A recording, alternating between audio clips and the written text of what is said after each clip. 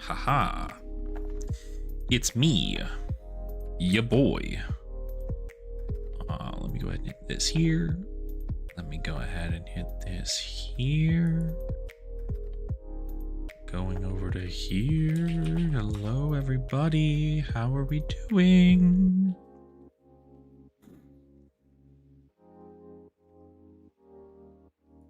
All right, put this over here. Post that thing. Put this over here. Close this. I guess we don't need to close it out. Don't need it up though. We do this. We do one of these. This in here.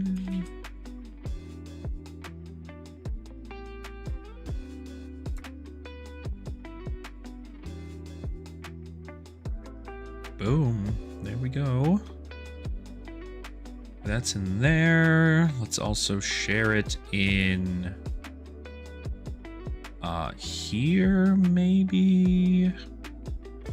No. Here, maybe.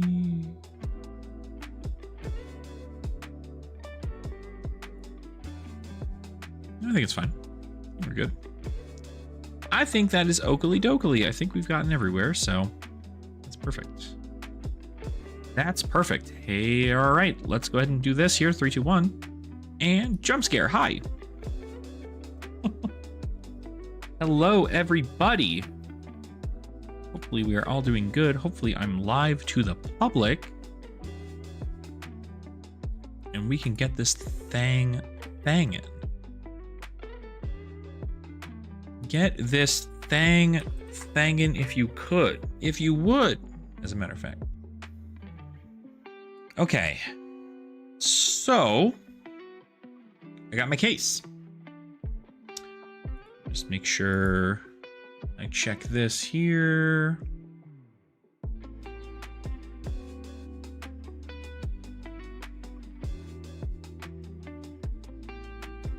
Come on, there we go. There we are. Just checking to make sure that everything looks good. Hello, hello, how are you? I hope the polls are good too.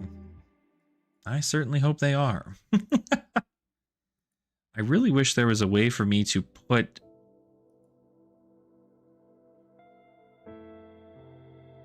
these things out there. I'm not sure. Anyway. Well, yeah, so it's the weekend. First and foremost, happy Flat Friend Friday to those of you who celebrate. And then also a happy flat. How many minutes are we into this stream? Not yet. I mean, yeah, no. One more minute. And I'll wish everybody the real holiday. But we got our case of Compendium of Rathe in the mail today. And so I have it here. We're going to open up the entire case together as a family, because that's what we do. We open up cases. I have not bought a case of a product, I think, since Rosetta. Yeah. I mean, I've bought individual boxes of product before, but I don't think I bought a case of something since Rosetta, which is pretty far from here. So we're gonna open these up today, but I'm very excited. We have a wonderful mat to open these on, because if you haven't seen, I went to go hang out with the Castle Rock Cog Crankers recently over on their stuff. Probably haven't. They're a bit new to the scene, right? Bit new. But something we had learned is that there's a specific mat that you open up product on that gets you a lot of really good value. And so we are going to go ahead and pull our product on that specifically. So yeah, so figure we just hang out for a little bit, right? Start doing some pulls and such. Checking my values here. Everything is good. This is all good here. Beautiful. All right. So, I mean, let's just get right into it, right? Obviously, Compendium of Rathe has been a pretty a pretty solid set so far, I think.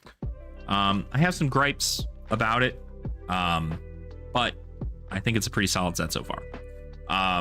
There are some things in here that are pretty cool to see. Some really cool reprints. There's also some really awesome new cards that you can get in the set. A lot of cool like art treatments, a lot of young heroes getting a Marvel treatment as well in the set. So pretty cool stuff. But is it a premium set? Right? That's a video for a different day. Well, really, I mean, we're going to talk about it later on anyway, so it's totally fine. But without further ado, let's go ahead and start opening this up. What I'm going to do here is I'm going to cut my camera to black for a second while I adjust this thing to point down. And then I will do some adjustments of things, and then we should hopefully have what we want. So give me a sec here. I'm going to move this over yonder so we can have that. Hopefully that wasn't just ear piercing to all of you involved. And then let's go this. So we're going to quickly just drop the camera. Woo! This. All right. There. I think this is actually a perfect view of where we need to be. Could be wrong though. Wouldn't be the first time I was wrong.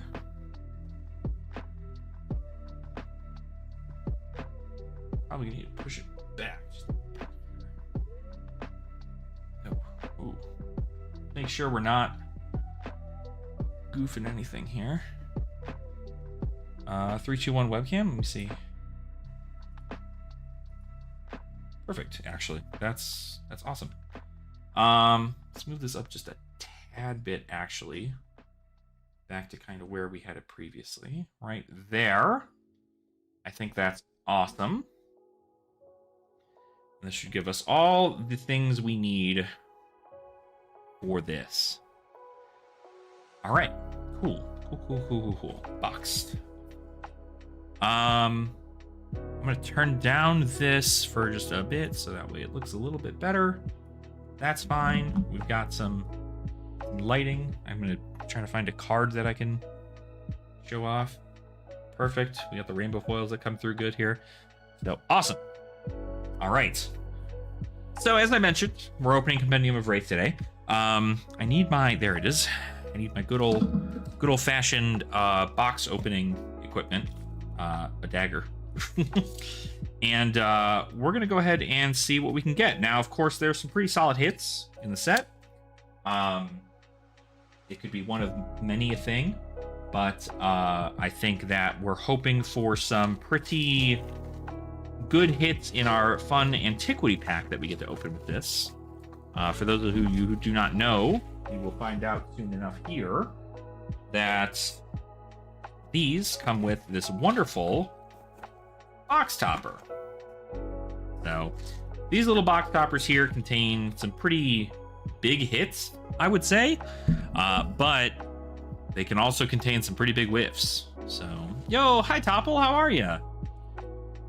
So we've got this here. I think I'm going to save all 4 of these to the end, just because I don't want to open them box after box after box. Although, I mean, we could. I don't know. What do you guys want to see, right? What do you feel? Do you feel like it's better that I open them after I finish opening up the box? Or should we wait until the end of the stream to then open up all 4 of our Rathe packs? What do you think? People like to save the toppers for last. Yeah. I mean, that's not a bad call. I wouldn't be surprised that that's the case. Just because it's like you get to see the hits throughout, and then it's like this is the big shebang, you know what I mean? So maybe we will go ahead and we'll just do that. I'll go ahead and put this on down here. Always fun to display the boxes in this way. Maybe we'll put you up there. We'll put you right. Table. There we go. Bam. Cool. Packs. Compendium of Rathe pack. I think we're, or I should say, Antiquities pack. Kind of crazy that, right? You consider this the Antiquities pack, but like there's no the word antiquity is not on any of this. So, got some cards in there. Please can confirm that. All right. So without further ado, go ahead and start. Just wanted to say thank you all so much for being here. Thank you so much for continuing to watch the channel. We're gonna do a quick Dr. Pepper crack here, because not sponsored by the channel, mind you, or not a sponsor of the channel, I should say. But you know,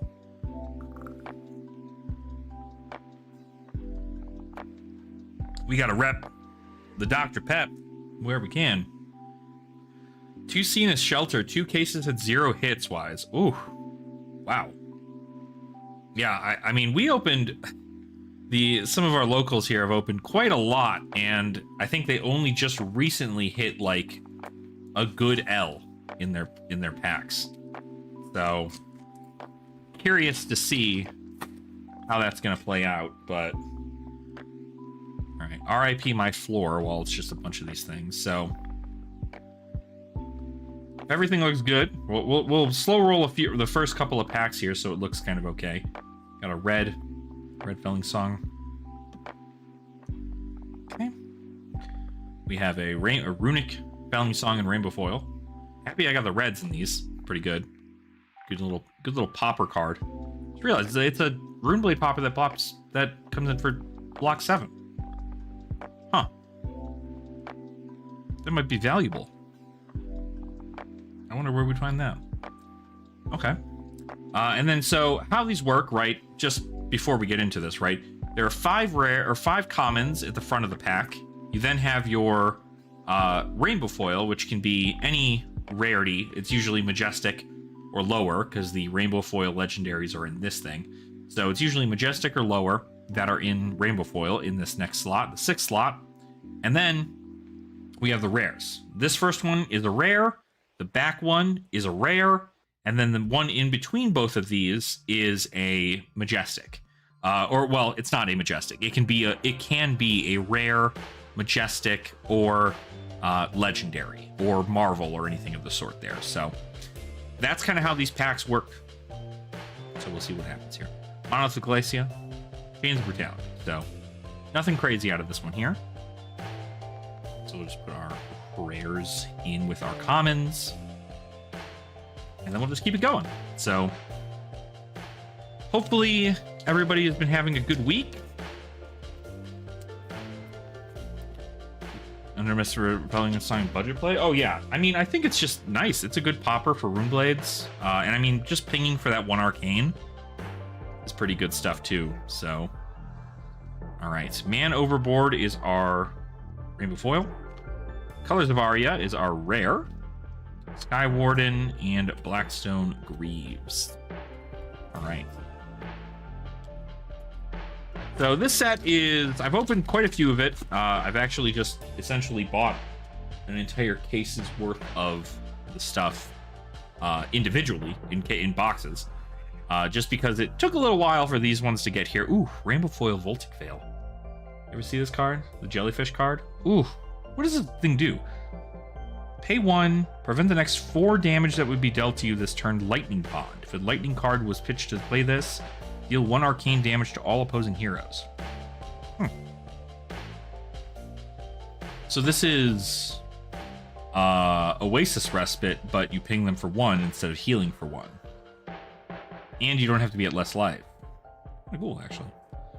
Kind of cool. We got a Shimmering Mirage, Glory Plate. That's an M. Oh my god. I didn't even realize that was an M.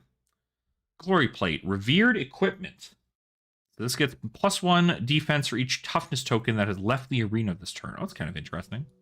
Fun little stuff for Tough Nut.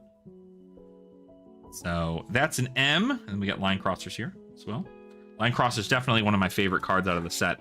I think it's going to be really fun. I haven't done enough RKO testing, but expect that on the channel sometime soon here, because I do want to do more of that. All right, go to our 5.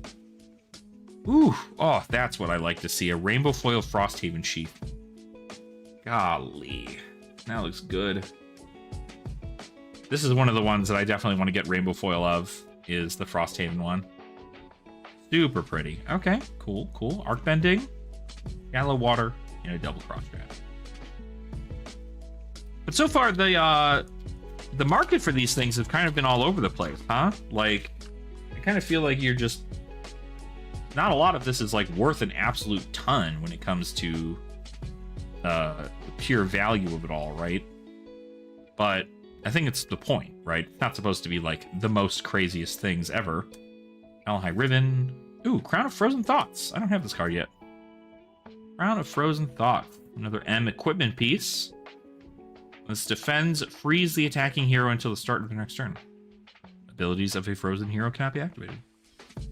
It's a shame too many heroes have passive abilities to where that doesn't really do anything here. Guess we should do this like this, huh? Set them up like that, so that way you can see all the hits and the names. Also, the cool thing about these sets is that, I guess what really makes them premium is that you get 3 cold foils in about each box. So whether they be like really good cold foils or not is dependent on, that was my rainbow foil here. A rare Glyph Destruction Nodes. Okay. So we're a lot of M's coming through here right now.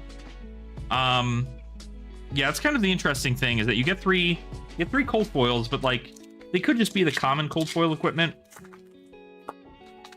Which doesn't really like help. It's not like you're getting guaranteed like a majestic in that situation, but maybe one day we get to see stuff like that. What's been my favorite card in the set so far? I think Chains of Brutality is really good. I also have really enjoyed oh my god, I can't even think of it. Mind Meets Magic is kind of a really cool card. Some of the stuff for like some of the classes I play have been pretty cool. So I like those. I think they're fun. But I feel like there's art in here that I really enjoy, and I can't even put my finger on it. I think it's probably like the silken stuff, the illusionist equipment. I think some of that art's probably like the best, but I'm not sure if it is going to be like, ooh, okay, this is my first time I'm pulling one of these. We had a majestic in like almost each pack. Is that right? And a Beckoning Haunt. Channel the Skybreaker. It's a pretty art too. Oh, it's Mark Poole. Oh, that's kind of sick, actually. When this enters the arena at the beginning of each of your action phases, create 2 might tokens. At the beginning of your action phase, create 2 might tokens, and then Channel Earth. So, if you ever run out of things to talk about, I've been jokingly running a hyper-budget Huntsman and Flick Knives, Mask, Raven Chest, and Black Tech boots. Totally using Payday to block. I mean, I don't know how you're completing a contract and also then giving it go again and playing Payday, but maybe that's for a different thing. Joking to say favorite card is Bolton because they finally printed him. They finally printed Bolton. Yeah, probably something along those lines, right? I mean, even like, this Jarl card looks cool. A lot of the ice cards look really good. The Draconic cards look super good too. Always a fan of those. This is also a fun art. Descend into Madness. Super cool there. Tough as a rock. Engraven Gloves. Some new digits for the Assassins. Yeah, I think Huntsman I'm definitely taking a break from in CC. Not really affecting too much in regards to that, but I'm definitely excited to keep trying Huntsman. I just don't know that this is the meta to be messing around with them with PQ so soon. The Rainbow Foil Overcharge. Very pretty. Oh, there you go. Fire that burns within. Ooh, okay. This is one of our cold foils here. Unfortunate for us. Cold foil bunkered or burnished bunker plate. Unfortunate for us, but yeah, damn it. I busted out the Goliath mat, dude. I had to do it. After watching how that worked out, I needed to make sure that happened.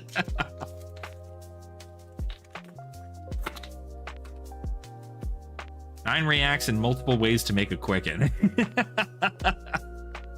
Yeah, I don't know. I think doing what do you call it? I think if you are playing what do you call it? Razor Reflex. I used to run Razor Reflex in Huntsman, but I took it out. But I think I might try a more like aggressive Huntsman and see how that works out. Bellfire Trap. All right, Pound of Flesh. Whoop. Oh. You know what it is. Should I do it for the fans at home? The first one of the stream. Should I do it for the fans? I need you. Put the ones in chat. Put the ones in chat. All right. Rest Vine Elixir. Your next attack this turn gets +3. You may destroy an inertia token you control, and if you do, gain 1 life. Go again. 1 cost, 3 defense. What in the world? Why is this a rare? Why are we here, LSS? Aggro Huntsman doesn't work without silver equals additional health. Well, that's the thing, is if you play Aggro Huntsman, you get the additional silver because you always hit off the top all the time forever. And then you can just buy back your stuff with that, right? Yeah, come to fight with an upset. You get to no longer be sick. How cool it is to not be sick anymore. All right, Frail Swing Line. Whoop. Oh, this card, I need 2 more of this in Rainbow Foil. Doubling Season. And then Basalt Boots. Well, I don't know. We'll have to see whether or not our boy Tanner here pulled a freaking Rainbow Foil EA Command and Conquer. So, come to fight that works on weapons. Oh my god, wait a minute. Doppel, you're so fucking right. It's actually busted. Ion Charged. Ooh, this is my 3rd one. This is my 3rd grave investment in Cold Foil. Give me the head or the arms. I don't want the chest piece anymore. I'm done with it. I'm done with it. I don't need it anymore. We're good. 40-cent Cold Foil. We're good. I don't need it. All right. Ooh, hey. Rainbow Foil Aggressive Pounce. I think I still need 1 more in red. But these also come in Rainbow Foil in the gem pack. So not really worth getting that there. Roaring Beam, the Bolton card. This is the Bolton card. This is the one everybody wants. This is the Bolton card. Scara Strapping. So far, it's been a box of all time, I'd say. It's been a box of all time, let me tell you. Not too shabby. All right. Well, there you go. This Rainbow Foil Majestic. We like that. It sure is a Bolton card, let me tell you. Ooh, that is Levi card.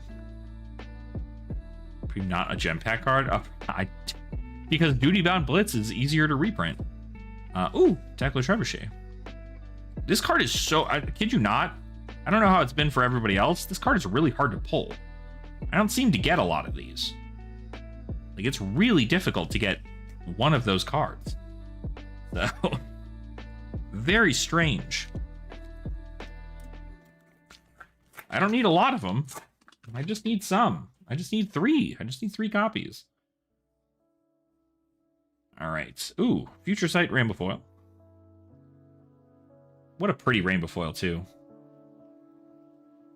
Very cool. We've got a Blast Rig. Oh, Whispering Mist. Oh, sick. Okay. Another M. This one's kind of cool. This one comes in an EA, too. So, that'd be kind of cool to pull. Till the end of turn, blue attacks and attacks with Ephemeral get +1. This is a freaking Zen card. Soul Ray Plating.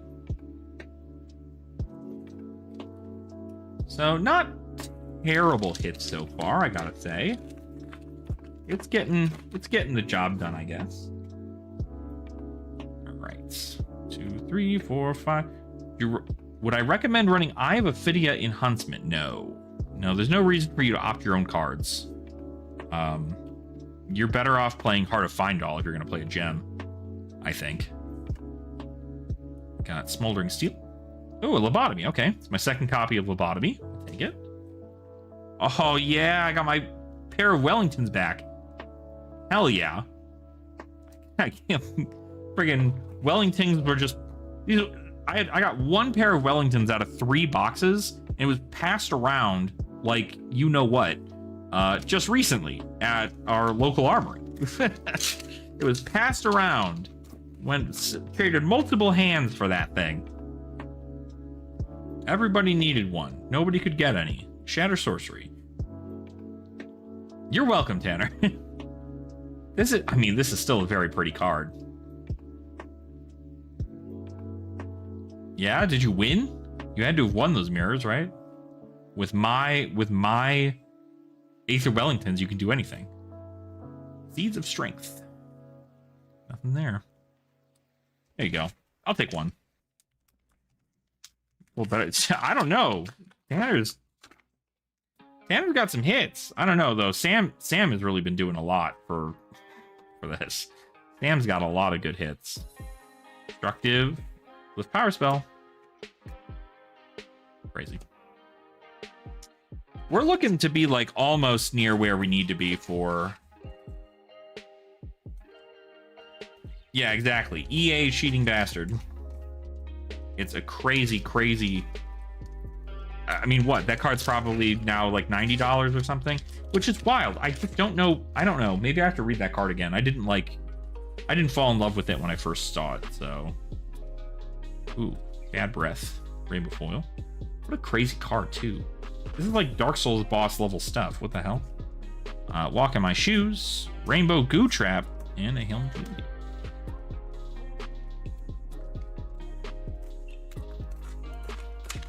Alright. It's under here. I'm gonna kind of just like slam through a lot of these here. Sprout Strength. Channeled Galcius. Oh! Ah! I almost dropped it. There we go. I'll take an M. I'll take a dang M here. Hold on. Or not an M. Sorry, a Marvel. That's what I meant by M. The hell am I talking about? That's pretty cool. Let's go ahead and get you in a sleeve there, bud. Let's go ahead and get you in a sleeve there, buddy. Little $10 Marvel to save the box so far. All right. Boom. Sick hit. We love that. We love getting some Marvels in our boxes. Can't complain. All right. Doot. Ooh, hell yeah. Rainbow Foil Excessive Blood Loss is going right in Huntsman. Let's go. All right. That, and then pop. Bubba Lubba. You know this Majestic is 75 cents, everybody? What in the world? There you are. Again, grave investment. A grave investment is what it actually is. You know what I'm saying? You picking up what I'm putting down here? Bear Hug. The Verdantide. Bane Vengeance. Gauntlets of Unity. I spent money on skin. I know, dude. I know. You'd think the worst thing, at least they give me a freaking shelter in this pack. Insane. Oh, Sense Weakness. Okay. Well, that's a card I guess I needed. With a Marvel kind of job. The Marvel, well, no, not the Marvel Bubba Lubba, just the regular version. The Marvel, I'm sure, is like $5 or some shit. Ooh, Red Sprout Strength. Dude, that's what I was almost curious how. What the hell did I get? That was the same. I think I've opened. That's the thing. Out of this box, I think nearly everything in here I've opened has been new. All right. Well, that's this box. This box is done for. Big Dunzo on this box. 10 Secret Code. Yeah. So many kunai. Way too many kunai. I have one. I have it already. All right. Well, that's box 1. Not the worst, but definitely not the best. Tell you what. Maybe I do this. Maybe I flitter them out like this. Where you can have these things. No, you want to be able to see what the cards are, right? Maybe. Maybe you do. Maybe you do, maybe you don't.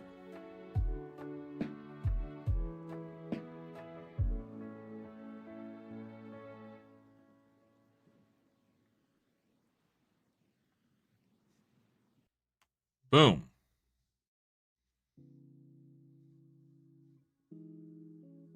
Sick.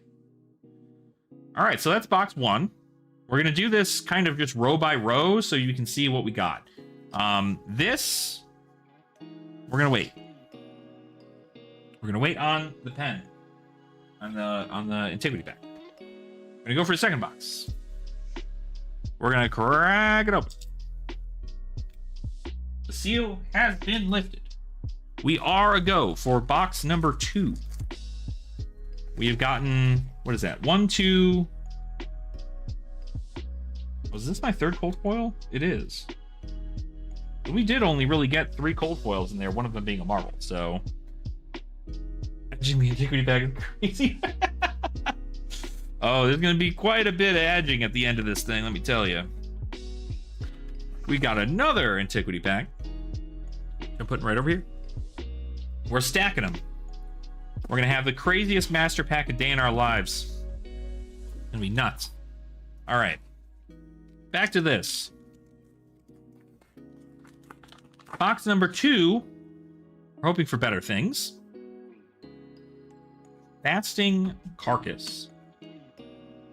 Mist Hunter. Wax and Wane.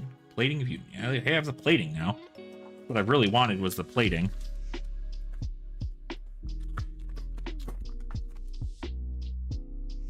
All right. Whoa, whoa. We just slammed through that thing. Okay, cool. We're going to do this, like, very quick-like. Maybe that's what we do. We just see how quickly we can crack open the packs, huh?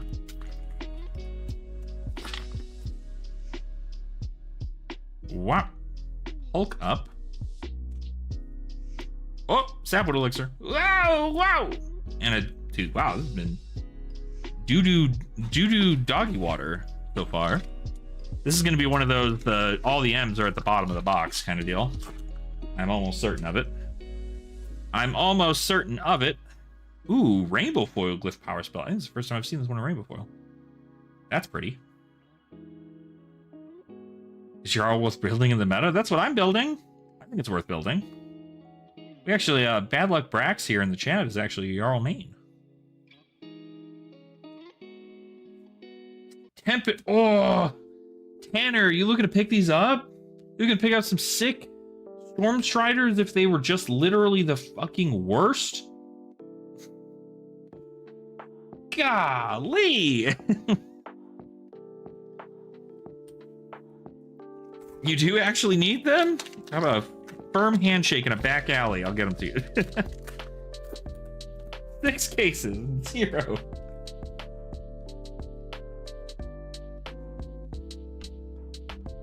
All right. Display of craftsmanship. Sigil of Alteris. Okay. Okay, we're getting there. Yeah, I do think Jarl's a pretty good pick into this meta. I'm not gonna lie. I think that there's a lot of value in having ice. I mean, oh, there it is. This wins the whole thing. Rainbow Foil Clearwater Elixir. Gosh, you never really know how much foiling these things have until you look at them, huh? That's pretty. Read the new Majestic Aura in your arsenal. I don't think so. I don't really love it, but it might be worth it. I'm not sure. This is Clearwater Elixir. If you don't know what this card does, it costs 1. It's red. Pitches for 1 resource. Blocks for 3. Your next attack this turn gets +3. You may destroy a Blood Rot Pox token you control, and if you do, you gain 1 life. And then you get to go again. You refresh your action point. You gain a life if you have a Blood Rot Pox, and you get +3 to your next attack. And it can block 3. The card's like a 0 for 7. Look at that. Roll fall. Touch reality. Ooh, another M. This one I don't have either. This is the this is the illusionist one. What do? Pay X and tap. This gets ward X as the end of turn. Destroy this at the beginning of the end phase. This is a good Enigma card. Ward X until the end of turn. That's a good Enigma card. I never realized how good that was. Too bad we don't have Enigma in the format. What a shame. What a shame. What a shame. Things would be better. Things would be better. All right. Yellow excessive blood loss in the rainbow foil. Not bad. Snarky prick. Oh, another elemental strike. That's our second elemental strike now. We ended up pulling a rainbow foil recently, so now we have 2 copies of that card. So that's enough to play UPF. Don't forget that. 2 UPF copies. UPS. Ooh, oh, that's thick. This is gonna be great for Jarl. Both the rainbow foil and the non-foil.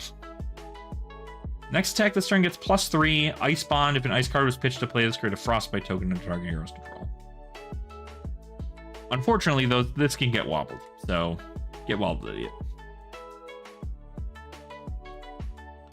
I'm not bad-mouthing her. I'm saying she's just not in the meta right now, so it's unfortunate. It's unfortunate she's not in the meta.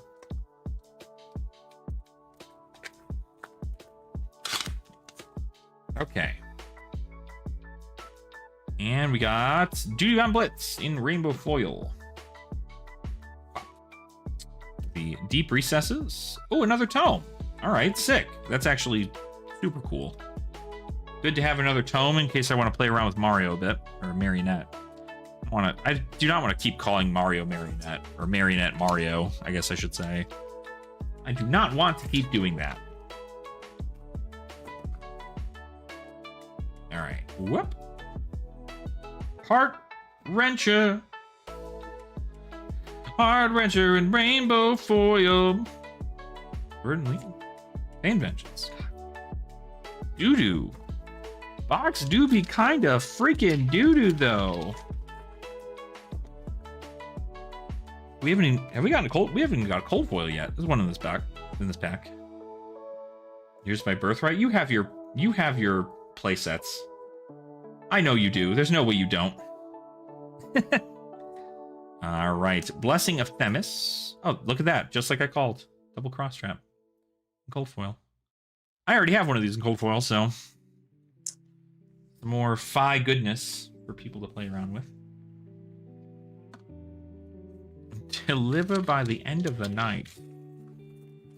Dude, Tanner, you sniping everybody's fucking Max Marvels from the Discord is just like the most hilarious thing.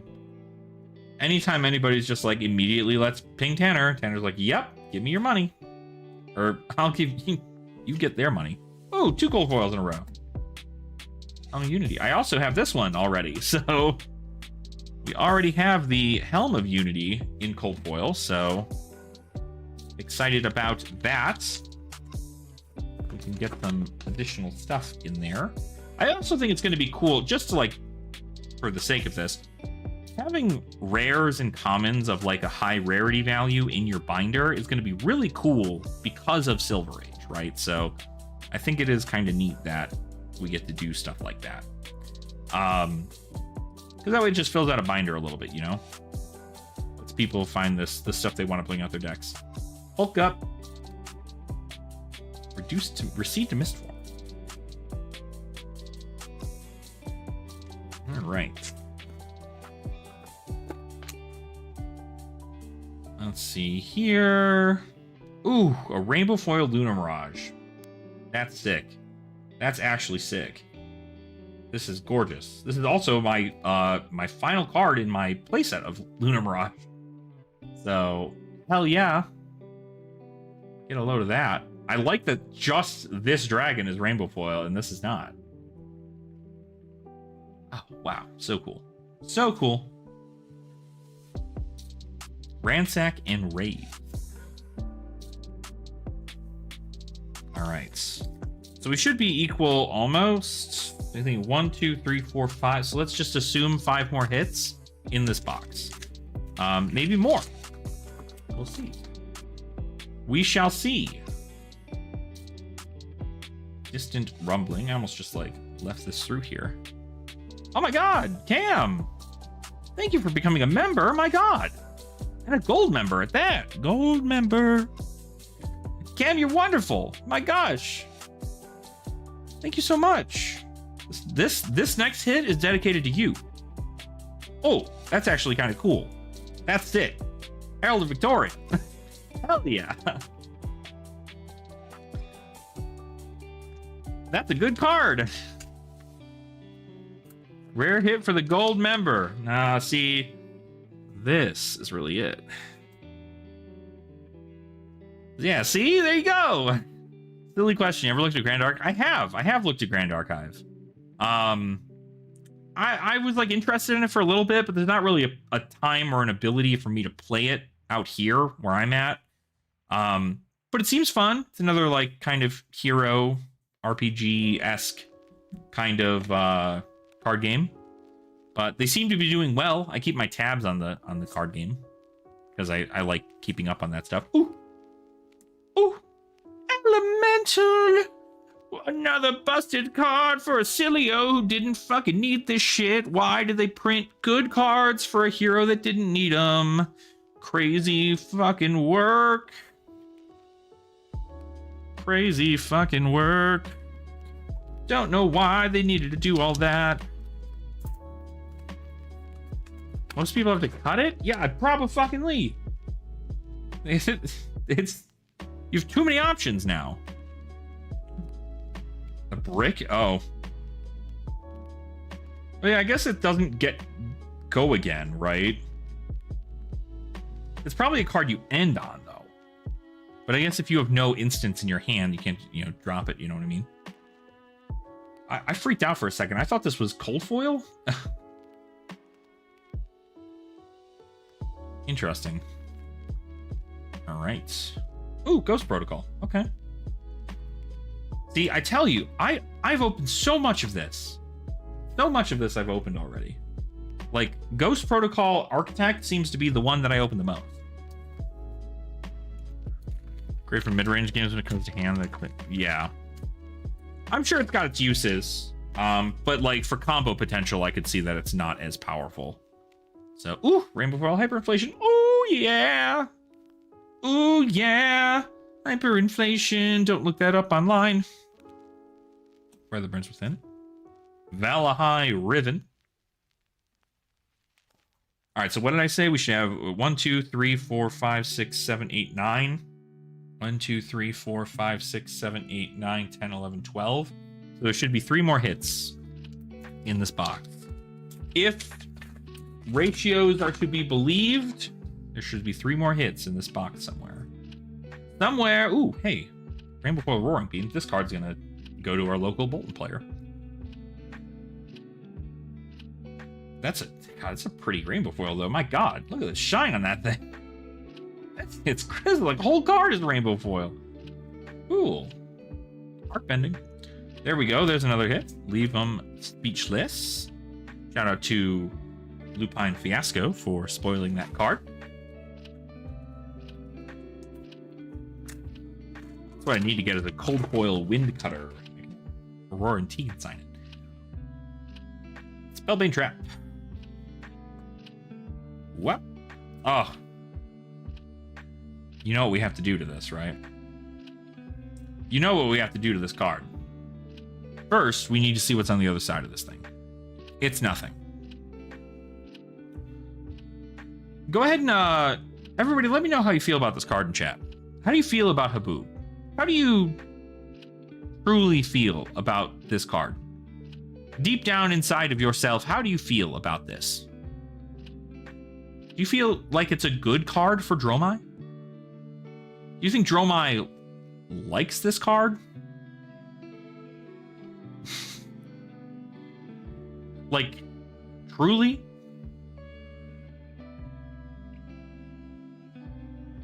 I don't think so. As a matter of fact, I don't think this card needs to exist, because it is just truly such a bad Draconic Illusionist card. So, we're going to continue a tradition that I did over on our friend's channel, the Cog Crankers. This card is dead to me. Hold on. There we go. That's cool. And that's how I feel about absolute garbage dog water cards. I'd rather keep this untouched than see that ever. Crazy work. A boobs count is up to 2. We cut that thing in half. Okay, concoct disorder. All right, come on. We've got a hit here. We've got a hit coming in. Boop. Chain brutality. That's not looking good, gang. It's not looking good. It's not looking good. It's not looking good. It's not looking good. What do we get? Sprout Strength. Heart Wrencher in blue. Bop. Beneath the surface. Bop. Ren Flesh. Okay, these are not Majestics. What did I destroy the Saboob for? What did I destroy the Saboob for? For why? Conquer the icy terrain. Oh, that's actually a really pretty rainbow foil. Sick. Win the fire brand. Okay, yeah. There we go. This is what I wanted. This is what I was going to consider a hit. Sigil of Grave Spawning. A super busted card. Have you read this card? 1 cost, blue, blocks 3, it's an aura. It says go again right there, so you never lose your action point. Whenever an aura leaves your graveyard, you deal 1 arcane damage to target hero. At the beginning of your action phase, destroy this. Crazy Sturf. Crazy Sturf. Oh, Enclosed Firemind. We love this card. I almost ripped this card in half too, but I think you can stay. I think you're fine, Enclosed Firemind. I think you're at least somewhat of a side grade for some folks here. All right, so last pack of this second box, we've got Heavy Metal Hardcore, Blast Rig, and the last cold foil of the set is a Cold Foil M. Actually, not terrible. Do I wish it was anything better? Of course, because this card's kind of bad. But it's whatever, I guess.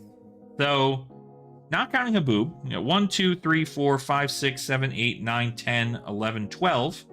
1, 2, 3, 4, 5, 6, 7, 8, 9, 10, 11, 12.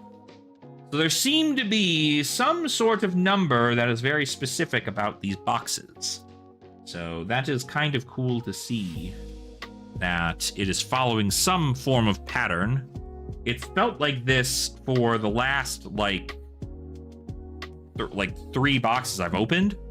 So I think it might be what we're looking at here is that. So let me put these in here, flip this on back over, and then we will proceed into box number 3.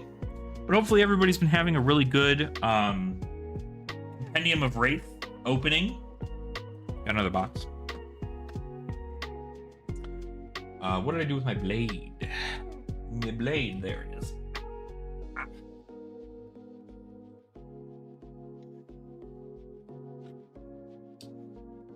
I don't think I've kept a single copy of Haboob. I don't think Haboob has ever seen the light of day. Been a wonderful experience after taking a break from the game since Heavy. There you go. Yeah, I mean, like, this is a great set to kind of like filter back up a lot of cards that maybe you did not initially you didn't initially get to, well, I guess like just to get a base of stuff. You know, another Compendium of Rathe Antiquity pack.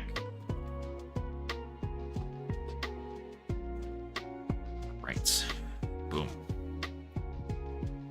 But good. I'm glad you had a good experience. Did you pull anything? I can't remember. Did you say you pulled anything good out of your stuff?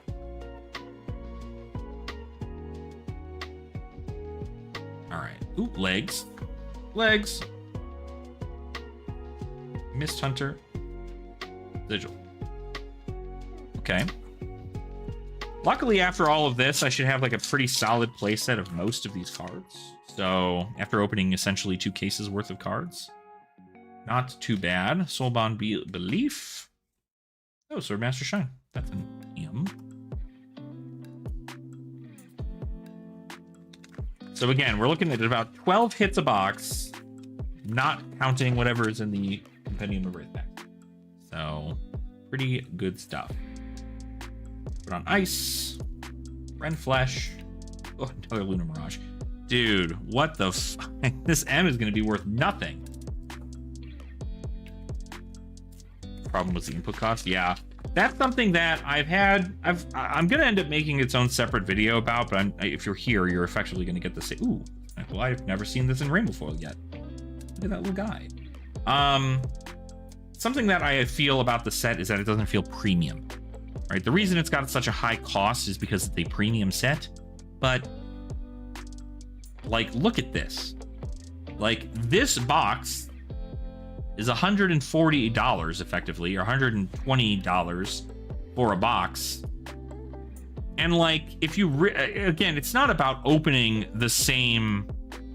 It's not about opening the exact same amount of money in which you put into the box, right? That's not ever going to happen. Well, not ever, but it's rare that it happens. But like, I feel like you're not really getting like the absolutely insane bangers of cards. You know, like, I feel like there's a lot that is just to be. There's a lot that's missed. Is there a piece of dust on this thing? Getting a playset, but I don't play all classes. Kind of, yeah, not really a thing you need to do if you're not going to play all classes. But I mean, the set's pretty cheap, so it's not a bad thing to pick up if you're just looking to like have something in the back end. Exactly, right. Like, if this was like a Modern Horizons kind of concept, right, I think it would probably feel a lot better. But it just isn't. It just is not that. It tries to be, I think, but it's just not. Oh, this is an M. I was like, that doesn't even look right. That's an M. Skullforged Gauntlet, the new Prism Arms. Way too much to get more. Meanwhile, High Seas open 13 boxes and is still keen to keep going. Yeah, I mean, High Seas feels good, though. High Seas is also a draftable set, so you can, like, open the box and play with, like, your friends, and then you can just keep the cards, you know what I mean? Like, that's kind of the fun part about it all. With Power Spell. I think that's something that's really helpful when it comes to what brings a set together as like a really good set. So here we go. Heavy Metal Hardcore, Verdant Tide. Oh, Cold Foil Magmatic Carapace. It's actually kind of hot, not gonna lie. That's pretty freaking cool. My Valda deck's gonna look sick. Sick. Jacob Ricca, where are you? You owe me money if you don't already own that.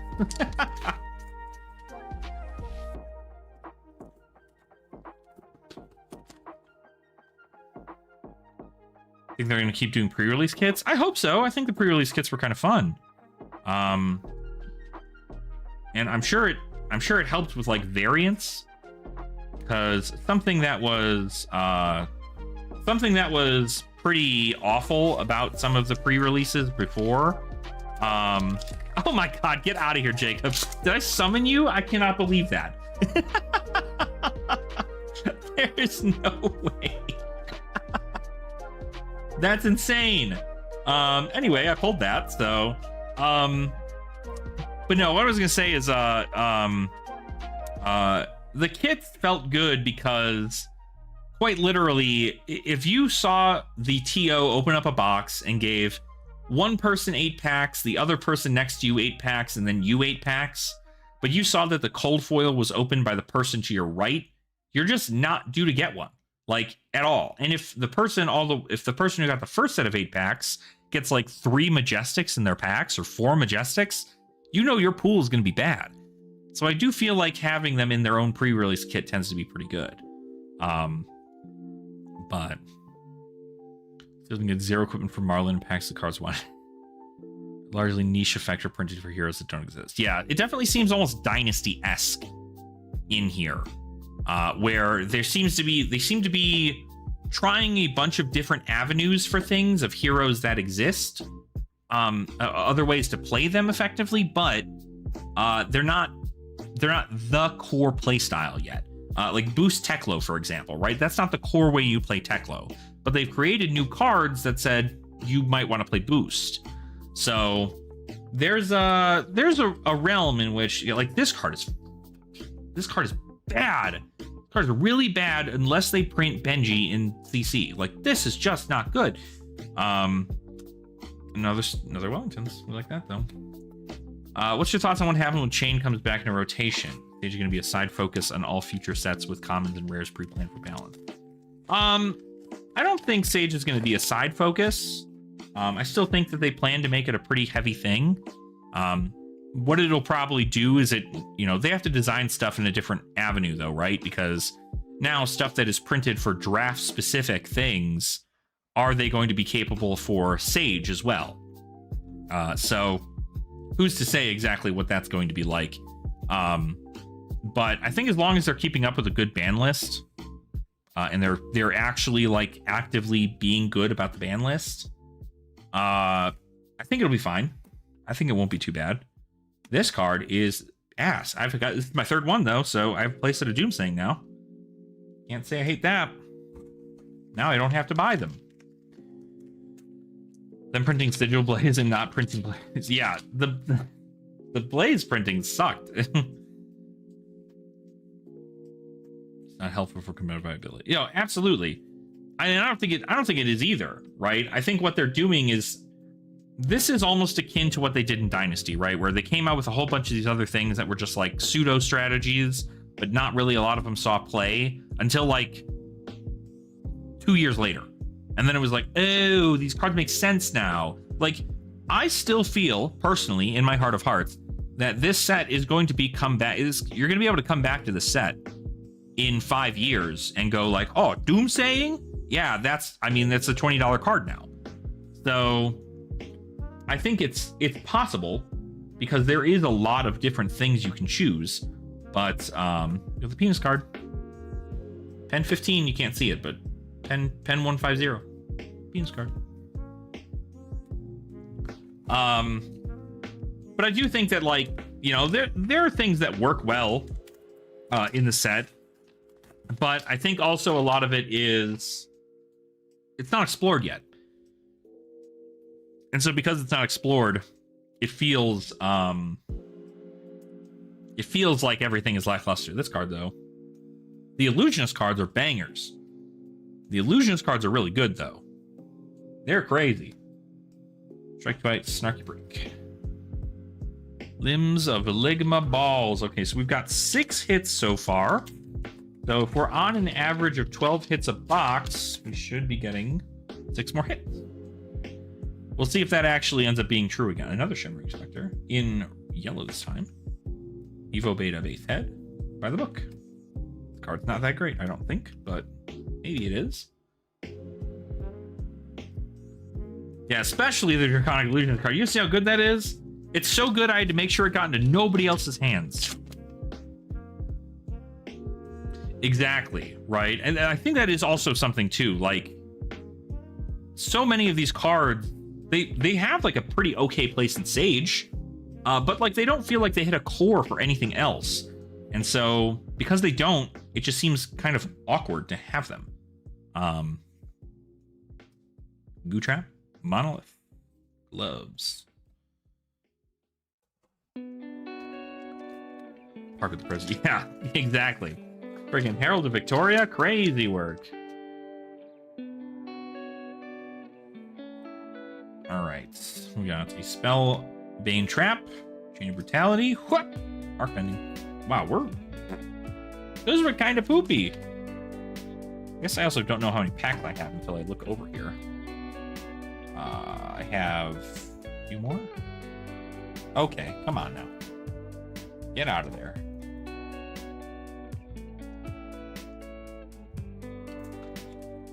I give Runeblade the ability to create a rune chant for Go again? Ew. Dude, Runeblade's already busted. We know that. I don't think you need to be doing all that. That's crazy. Woo! Elixir time! Serpent's Kiss, dude. What is happening here? All right. I also want everybody to know I spent $530 on this case. $530. Oh, okay. Seismic Shift in Majestic. That's kind of cool. Detective Build right now. I have Huntsman and Fang together, but I want to play something. I did skip the Elixir. I skipped the Elixir and then I got a foil M. I'll do it again. I have Huntsman and Fang together. I want to play something that scratches that itch. Are you talking about in CC or in CC or in Sage? Hi, Emmy. What's going on? All right, hold on. All right, hold on. Everybody, you needed to know what this card is, so you at least understand. Here's the deal, right? You haven't heard about this really busted card, Resfine Elixir. This costs one card. One card. It costs one resource, which is essentially one card, unless you have Tunic Up. Blocks for 3. Your next attack this turn gets +3, and you may destroy an inertia token you control, and if you do, gain a life. Go again. What in the world is that? Did you know that there's also 2 other elixirs you can get? What in the hell are they even thinking about? Also, okay, hold on. Full stop, we have 1 cold foil in this box so far. I have 7 packs left in this box. So, that is broken. It is broken. All right, 3, 2, 1, Marvel. Maybe. Nope. Rockyard Rodeo. Okay, well. Not exactly what I expected, but... Warrior unironically might run the Frailty run. I sure hope they don't. Bro, I sure hope they don't. There's no way. There's so many better cards you can choose. Voltic Veil. Rippling Wave again. Okay, so we've got another Rippling Wave, which means I can sell that one. Oh no, sorry, Rippling Wave we don't have. We have this one. Rippling Wave is a cheaty one.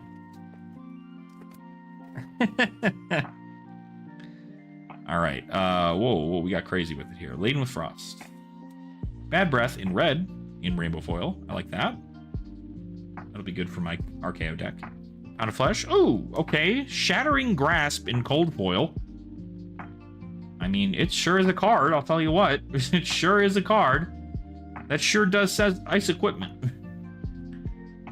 Interesting. If your Fang or Kasai, I can see it. Combo door. I don't know. Listen, all I'm going to say is I don't know jack all about Warrior. Whatever y'all are doing over there, have fun. Because y'all have been in the trenches for like a while until like Kasai became like kind of a big thing. It's been the oh, thank God I got this in Rainbow Foil again. This is my second one now.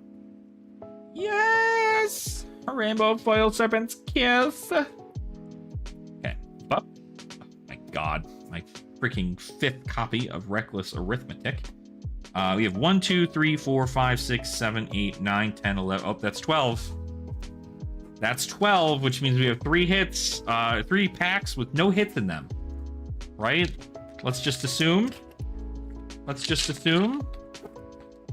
3 packs with no hit. Yep, that's correct. 1 pack.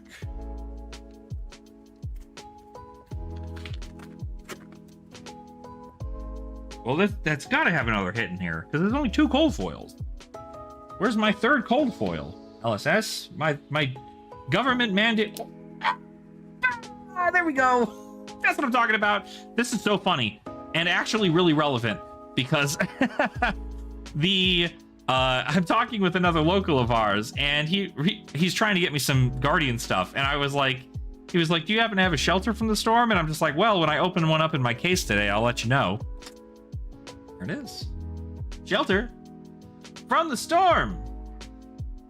Still missing a cold foil, LSS. Still missing my sanctioned cold foil.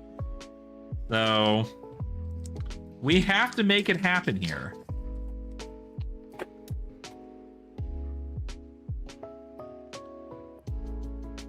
All right, look within.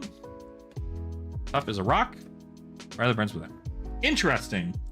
This is the first time I have seen a box that does not have 3 cold foils in it. It has 2. Crazy work. Insane. It's crazy. Okay, cool. Not bad. Not bad. Not bad. I'm going to move this up a bit here. So far, only 1 Marvel from the entire set, from the case so far. So we've got 1 more box to open.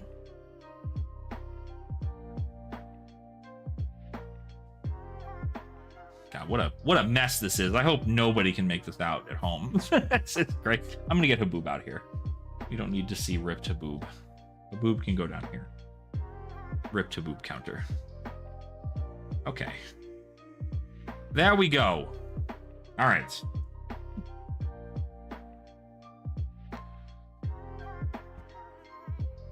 Let's get these in here. So we got 1 more box, and then it's on to the coup de grace. The creme de la creme.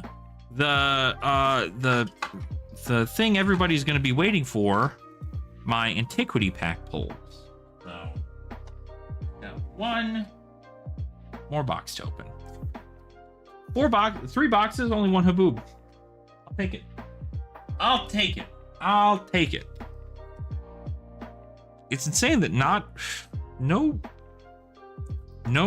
3rd cold foil kind of feels bad. I'm not gonna lie. I got a shelter. I guess it's not like that bad because that's a legendary in the set, mind you. Not a majestic. It is a legendary. So we did get a shelter, which is pretty cool. All right, this will go right here. This will go right here. This guy will get put over here. All right, box number 4. What are we thinking we're gonna get out of this box, everybody? What are we thinking? I think a Marvel Lexi would be pretty cool. Marvel-IE probably not be too bad. Ion charged. 1 Marvel from your case, Young Kasai. Ooh, Young Kasai does sound pretty cool though. I'd love that. Oh, that's right. Oldhim. Marvel Oldhim would be fire. Or Marvel Kano even. I think Marvel Kano would go hard. That would go so hard, actually. Oh, you know what would not go hard is this fucking card. Rune Snare. Golly.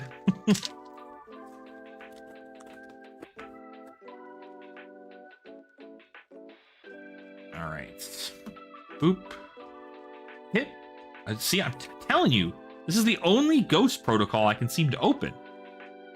Crazy. Oh, is this you, Ari? Necro? I don't have everybody's usernames down to a T yet, so I don't. That makes a lot more sense now. Well, welcome on in, Ari. Welcome on in. Thank you all also for hanging out just in general today. I'm super sick. Super fun getting to hang out with everybody. We're not gonna just like end stream when we're done opening boxes though. We're gonna take a look at some market stuff. It's not gonna be as fun probably, but we'll see. Heart Wrencher, Frostspike. Oh, there we go. Okay. Now we have the Graven Gloves. Now I just need the cowl. Just need the headpiece. That's all I need now. The Marvel Dash. I got you. I got you. You want database or you want the original one? You need the surface. Seed mist form. Okay. Let's see. Yeah, Emmy's gonna want another Marvel Riptide. You know what's funny, Emmy? I went through my binder today to reorganize it a little bit. Yesterday you were speaking on the fact that you, not yesterday, Wednesday, you're speaking on the fact that you always pick up every copy of Murky Water you see. Why do I still have a copy of Murky Water in my binder, Emmy? For what reason? Why do I still have it in there? Why haven't you bought it off me? Don't speak database to me. Don't you do it. Don't you even think about it. Also, if the music is too loud, let me know. I know we're like way deep into the stream. Get yoinked. Get yoinked, idiot. Walk in my shoes. 2 steps forward. I'm gonna find out there's like a secret card in the back of the pack that I'm like unfamiliar with, and that's just gonna be it. Depths of Despair. Okay. Cold foil Shroud of the Fate Watcher. Gosh, when this leaves you, we're gonna create a Sigil of Fate token. God, if only this was so good. Your box had an extra pack in it? What? How did that happen? Mine did too. That's the challenge game. No! Was it close, at least? I swear, like, every time I attempt to play Talishar these days, the server crashes. So, something must be wrong with me. My third and final copy of Lobotomy. What a surprise. A card that is going to go away so fucking quick because Slippy is going to... Once Slippy LLs, you can't play that freaking card. Sprout Strength Red again. You know it.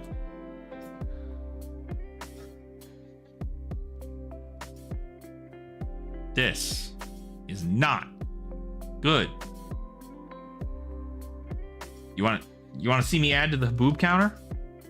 Let me find out what's underneath it. Oh, let's go. Cheating scoundrel. You knew it was going to rip it. All right, everybody, 3, 2, 1. I hope nobody needs this card. The boob is gonzo.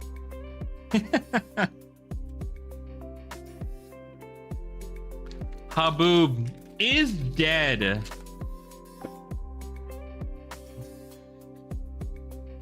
Haboob is dead.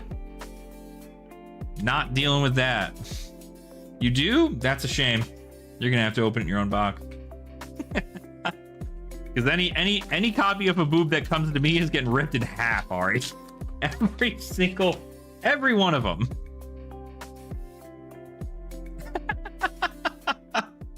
You know, I might. I will open. Already got one.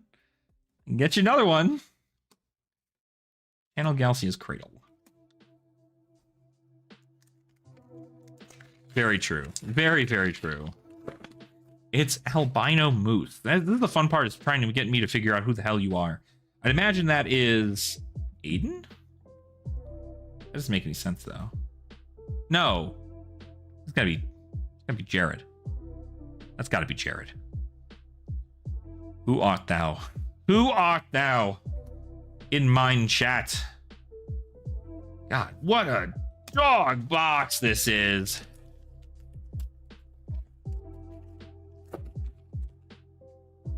Open Antiquities yet? Nice, hell yeah. No, I have not opened Antiquities yet. We're waiting until after this box. Also, fun fact, Rainbow Foil Sapwood Elixir. If you guys are not aware of this card, this is kind of insane. It's Rainbow Foil, so it's already like kind of the best version you can get. Easily a $20 card. You pay 1 resource. Pay just for red. 1 resource. Then, it blocks for 3. It says your next attack this turn gets +3. You may destroy a frailty token you control, and if you do, gain a life. Go again. That's crazy. That's just so good. And it's in Rainbow Foil. Still mad it's not an item. Well, we all can't expect items out of these things. You 6 box so far tonight and finally hit your first L in the set. Non-foil shelter for me too. Nice. And a Gauntlets in the Antiquity pack. That's really sick. Could you imagine a Marvel Easter egg? I'll throw up. I'll throw up right now. Ooh, that's actually kind of cool.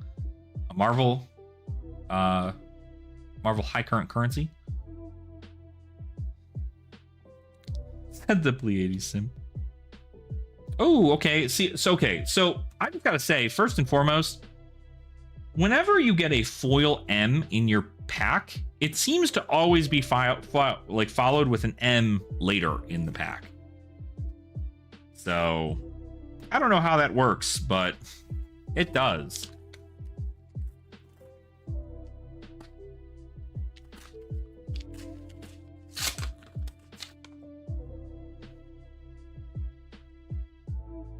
Yeah, turn counters into many. For real. It also means it's not a legendary in the box. Oh, that... I mean, that might be the case. That might actually be the case. Foil M and regular M in the same pack, yeah. I guess that indicates... Apparently, I guess that... Oh, another Sapwood Elixir. Fun fact, if you guys didn't know, you can pay 1 to have your next attack this turn get go again. You can have this next turn, your next attack this turn get +3, and then you may destroy a frailty token you control, and if you do gain a life, go again. Oh, okay. Vinsect card. Too bad the cold foil exists, and this is going to go for pennies on the dollar. So 4 cases you should have. Oh my god, 4 cases. 4 cases is a pretty nice sample size. Jeez Louise. I believe you. Oh, there it is. Seeker's Kunai. I should rip this card in half too. I should, but I won't. Huh. Maybe that's the sign, is if you get a rainbow foil legend, or if you get a rainbow foil majestic, you won't get a legendary. Got a magic collection anymore? There you go. I feel like that's what everybody does whenever they get into Fab, is it's like, oh, you know what? I don't need all these magic cards. RFM, L, and Marvel in one box are not necessarily true. Okay. Well, that's real enough, I guess, right? So how many hits are we at? We're at 1, 2, 3, 4, 5, 6, 7, 8, 9, 10. So 1, 2, 3, 4, 5, 6, 7, 8, 9, 10, 11, 12. So this one had 13. So it's somewhere around 13.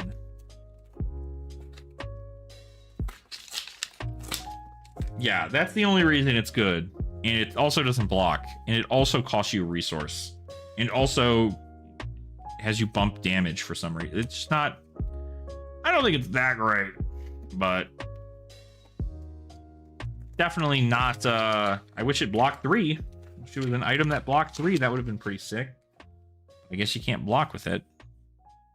Aggressive Pounce. Rip off the top. Oh, okay, sick. Sick. We'll take a Marvel. We'll take a Marvel. We'll take a Marvel. We'll take a Marvel. That'll be great. I got the vest. Well, I got the arms. I think this is the arms. Oh, come on. Get in there. Oh, go and get you in there, little guy. Go. Yeah, the arms. Now we got both. That's cool. Emberforge Gauntlet. All right, well, I guess those are my 2 hits. 1, 2, 3, 4, 5, 6, 7, 8, 9, 10, 11. So, one more.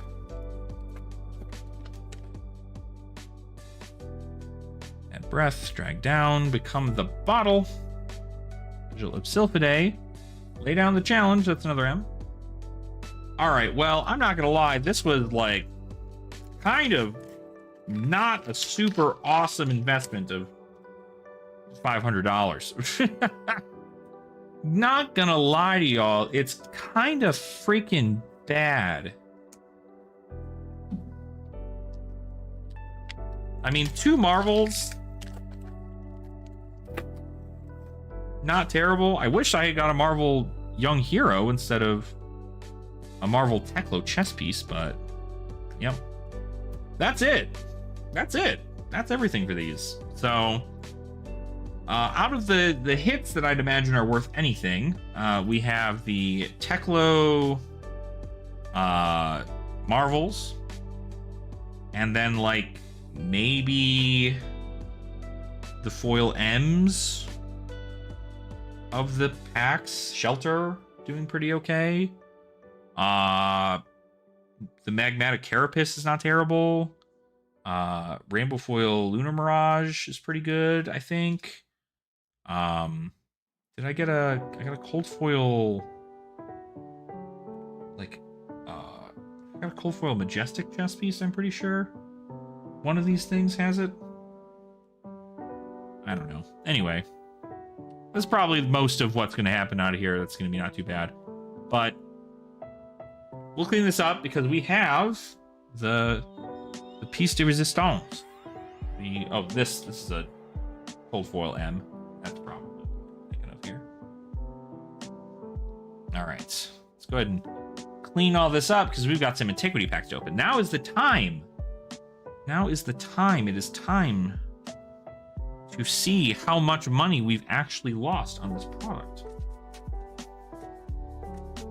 But it's okay. I got like a copy of a lot of the cards. For it being this, I mean, like, just take a look. Like, there's not a lot of duplicates out of this.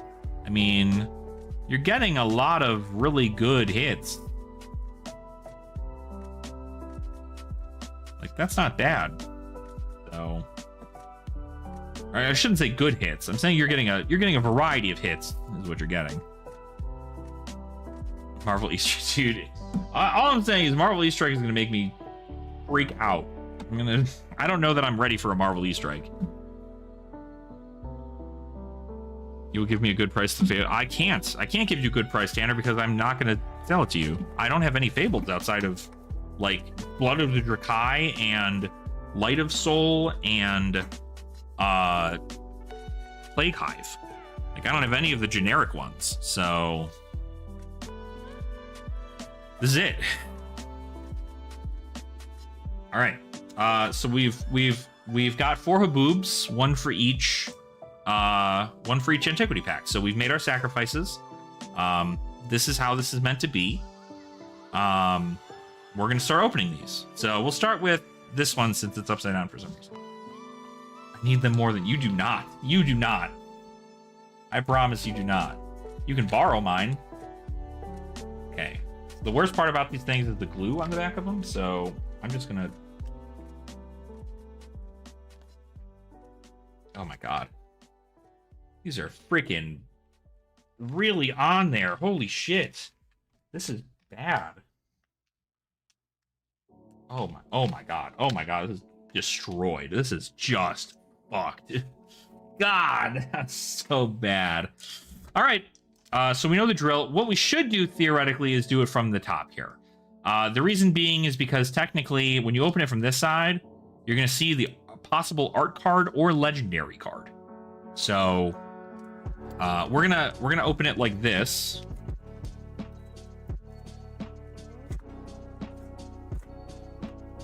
And then we're going to see what the common card is. We're looking for a scrap, okay. Or the rare card, I should say. Looking for a scrap is our first antiquity here. Let's go ahead and see what we... Oh, that's an art card. That's an art card back there. Oh, it's blue. It's non-foil. Truce. Okay. Well, we've got these. All right, let's just keep our spirits up. Keep our spirits up. It can't be that bad. It can't be that bad twice. It just cannot be. It can't be that bad twice. It won't be that bad twice. It couldn't be that bad twice. Right? We've got another activity pack here. We're going to go do the same thing. We're going to open it as so. Make sure I'm not finding any cards here. Okay. Yeah, Fable will be in the middle here. So we've got a Fade Foreseen. Okay, that's another art card. Oh, okay. Is this another Truce? This could be a Rustic Relic, I guess, right? Keep a line. Okay. Another card I don't own. So we'll take it, I guess. Another piece of the art here. All right. Number 3. On there. Holy shit. Holy shit. This is on that fucking thing. I practically popped that pack. Such a bad decision. The Fable will be in the middle, Common. It will be. It will be. What I want to say is I feel the power of friendship coming from all of you right now. Fiddler's Green. This is my third Antiquities pack Fiddler's Green. Okay. That's an art card in the back, I think. There's another blue card. They're teasing me with this now, right? I have a video. Okay, fuck. Oh, but we got the almost art of Trobaldani. All right, so this is insane so far. These are... Oh, God. Hold the line. This round's on me. None of them cold foil, mind you. None of them cold foil. So we just need one good one, and we're good to go here. This one kept the glue on the card. Yeah, I am keeping my art cards, yes. I am keeping my art cards.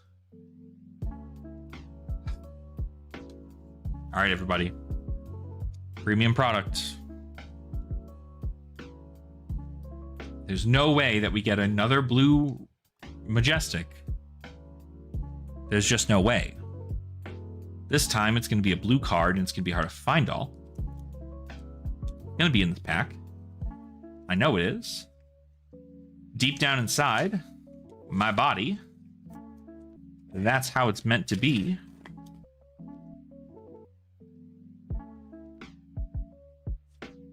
Snatch. Well, we know we didn't get a fucking goddamn thing. All right. Oh, yeah. Is that yellow? Yellow. Oh, it's cold foil. Oh my god, my first cold foil L. Oh, fucking tenacity. What a dog shit. Fuck. Okay, at least it's cold foil. That's fine. Look at what you've done to me. It's cold foil, I guess.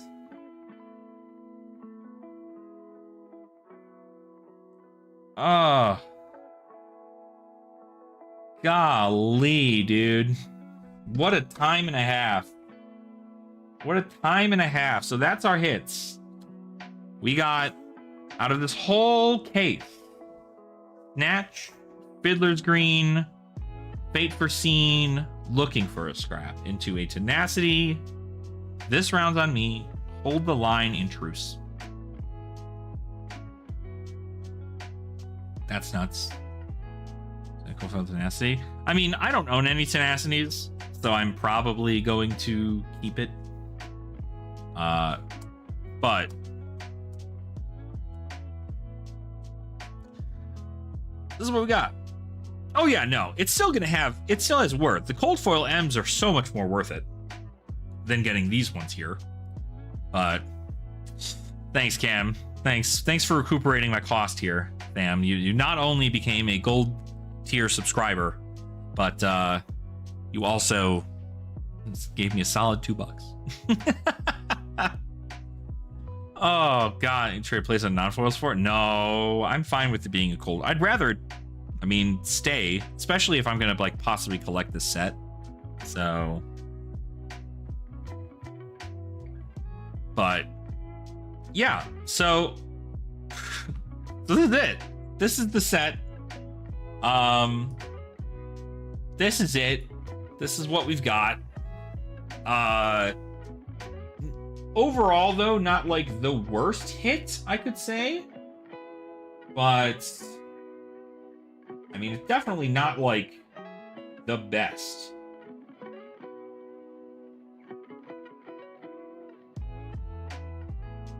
Hold on one sec, everybody.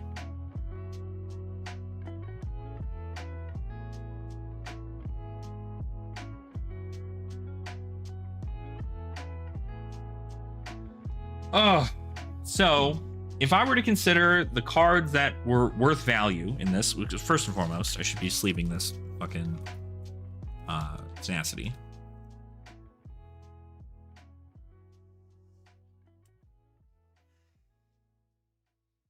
But effectively now I've opened up 2 cases worth of cards. And definitely, I'm not gonna lie, not a very premium set. Nothing very premium about this set.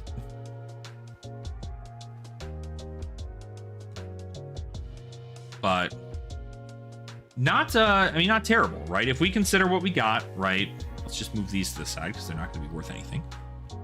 The fact that the front cards, like, these are not going to be worth much, which is a shame. Art cards we get to keep here. All right, sounds good, Topo. See you later.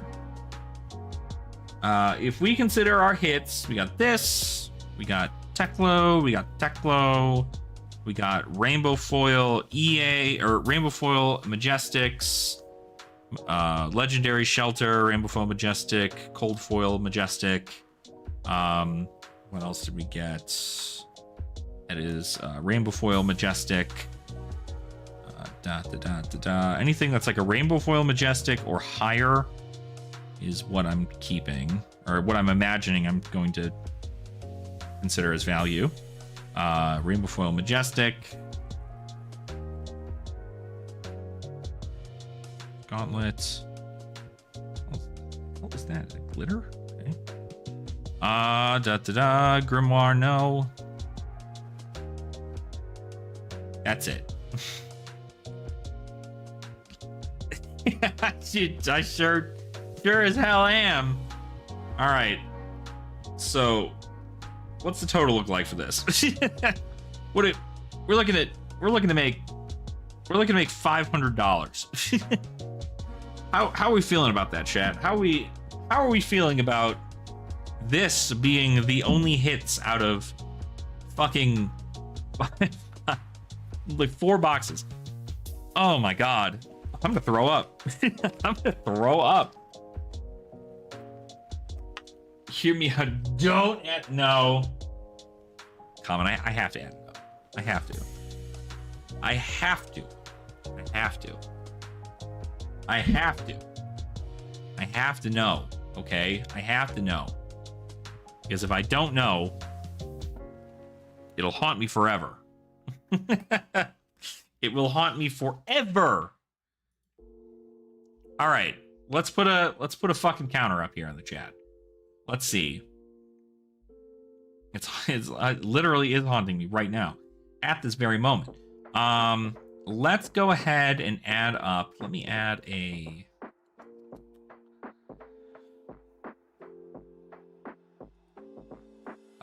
Let's see. Boop, boop.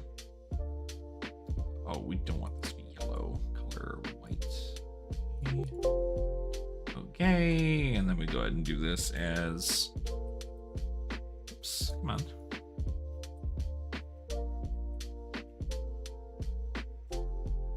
Tenacity, Evo, Beta, Base, Chest, Evo, Beta, Base, Arms, High Current, Currency, RF. I just gotta know. We've got Seismic, Shift, RF, Shelter from the Storm, a Lunar Mirage, Helm of Safe Haven, DF, and Buy the Book, RF. Okay. Exactly. A loss isn't a loss until you sell. That's right, Eric. That's what I'm saying. Not a loss. These things could jump in price if you really wanted to. Okay, here we go. You hit this here. What we're looking at. So, let's look up. Let's go from the bottom up, right? Buy the book. Blue. We're looking up TCG player pricing. Rainbow foil. Holy shit. Holy shit. $2. And now we are going to look up The Helm of Safe Haven Cold Foil. Helm of Safe Haven. Cold foil. It only shows the rainbow foil. It doesn't even know there's a cold foil version of it. There's nothing there.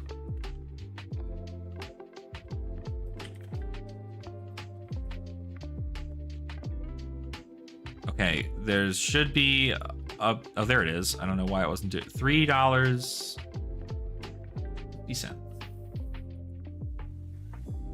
$3.50.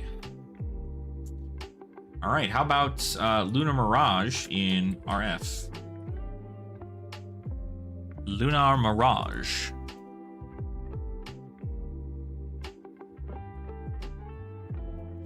Lunar Mirage. All right, how about a... Nope, gotta refresh this page. TCG player's freaking on one right now, dude. Come on. Rainbow foil.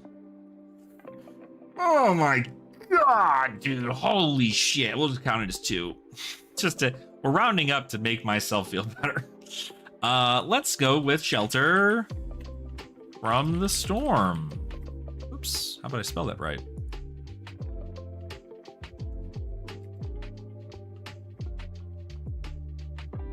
From Compendium of Rathe. Clear off filters. Okay. Okay. It's like a $60 card. Not terrible. How about the Seismic Shift Rainbow Foil?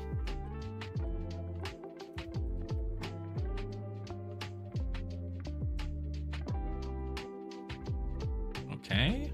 Doesn't seem to think to refresh this page because it seems to keep all the filters on here. Rainbow Foil.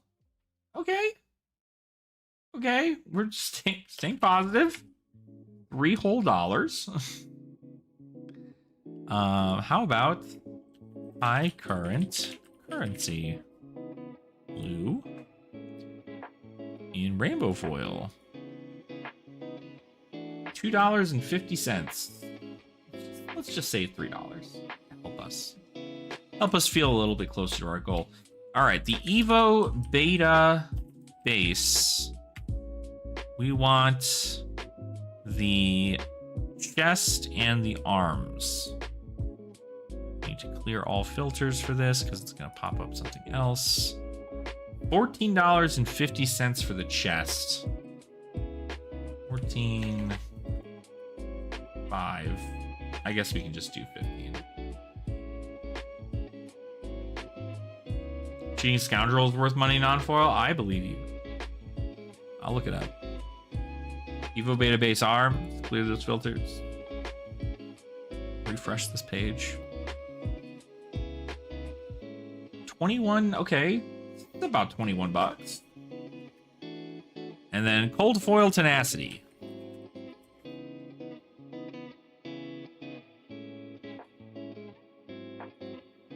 Cold Foil. $70. $70 hairs. All right, before we get crazy here, cheating scoundrel. What does that go for? We did get one of those. It is one of the cards that we did in fact get. Channel of the Skybreaker, also another card.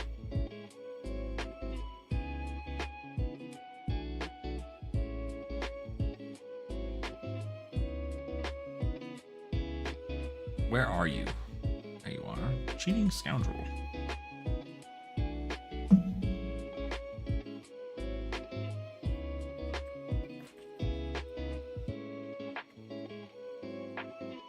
Cheating Scoundrel non-foil goes for... What did that say? $10. Okay. Actually, not too bad. We're kind of up. What I should be doing is I should just go to this,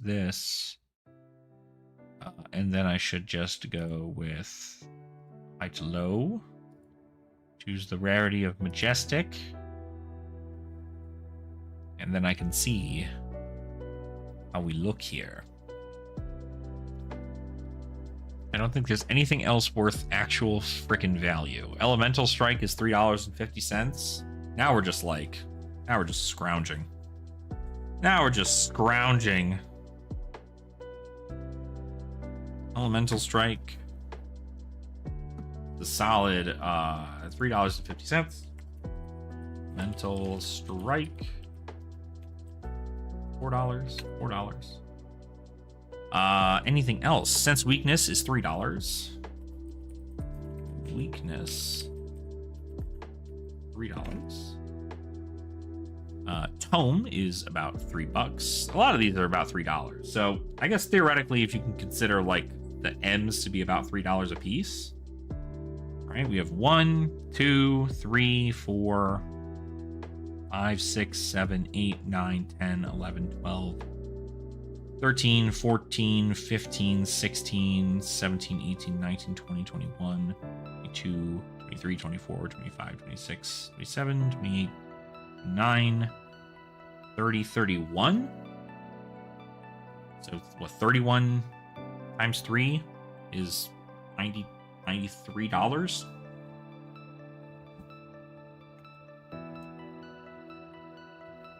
Yeah, let's just not get crazy with that. Okay, so you assume $93, if that's considered the very base understanding of what we have here. We can open up the calculator. Little calculator. 93 plus 10 plus 2 plus 4 plus 2 plus 60 plus 3 plus 21 plus 15 plus 70. $283. That burnt away about $250. Oh. Oh, God. Oh, no. That's so bad. That's so bad for me. That's so bad. Oh, well. This is a fine reminder to let people know that you too can fail at doing that. Woo! Godly. Yeah, can't see. Yeah, do not worry, Cam. I do not expect you to super chat that at all. Oh, gosh. Yeah, true. I mean, to be fair, out of the 2 cases I've gotten, I've only gotten 2 legendaries. The Shelter and a what do you call it?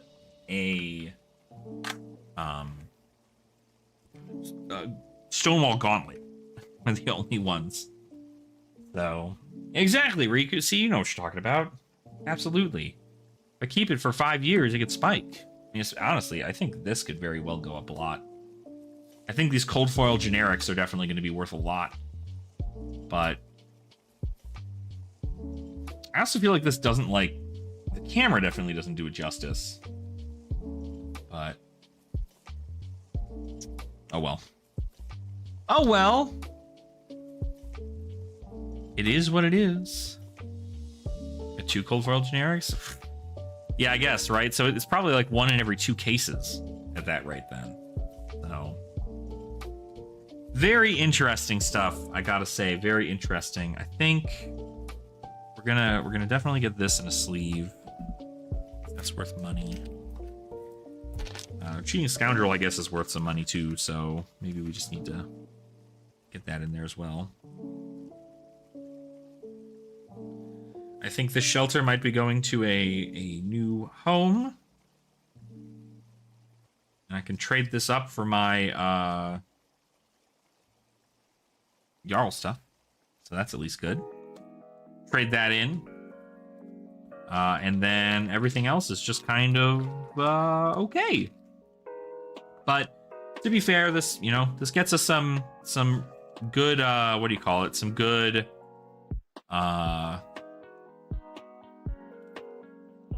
it gets us some good Majestics to kind of hold on to. Because, you know, if the chance is there and that the cards actually do go up in price, I mean, some of them I'm happy to get, and also like with them just kind of being cheap, like it is kind of crazy. So like it's cheap. It's good to get all these Majestics for crazy cheap because they're going to be like that effectively. So sadly, this is my first ever box I bought. I think the money is really in the Antiquity package set. That is correct. After obviously opening now 8 boxes of this product, I'm planning on making a video talking a bit about the opening feeling of it and how it felt and kind of what you're expected to get. Again, I wanted to at least reiterate that let me fix the camera first and then we'll go from there. I'm going to switch this back to me. So hang tight for a second while I do that.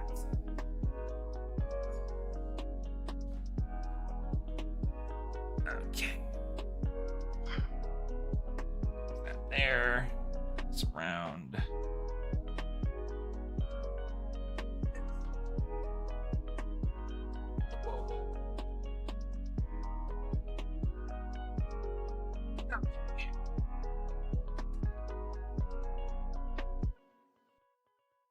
And jump scare. Yeah, that's pretty cool, I guess. Random question, are you opposed to signing cards and shipping them out? I'm not opposed to it. No. I don't think I'm opposed to it. It's something I could do. Hopefully that's something I could do more easily. But yeah. As a reminder, right? And really let this be a reminder to everybody watching, is that these cards, when you're opening up sealed product, just understand that you could very well lose. It's a gamble. You might get a really powerful card. You might get a really expensive card and be able to sell it, or you get nothing. But that's the risk you take when you purchase product, is exactly that.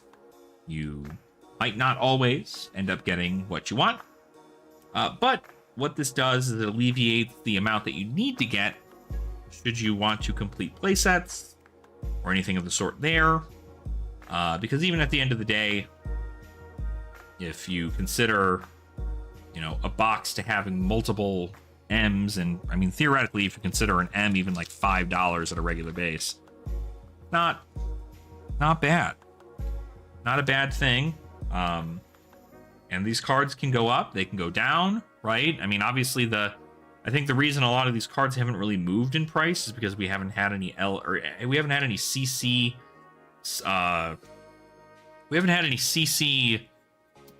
streamed events since the set has released. So I think there's opportunity for growth in that.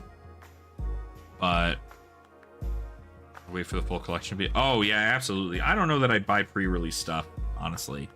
I think pre-release stuff is kind of hard to do. I mean, I kind of bought this on pre-release, but I knew what I wanted.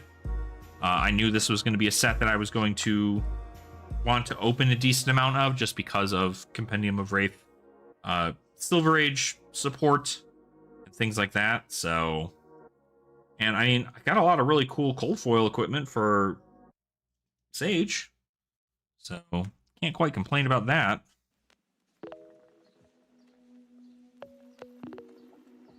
I think I just need to take a look at what I've got as far as Compendium of Rathe, and then just now that I've opened 2 cases, just essentially buy the remainder.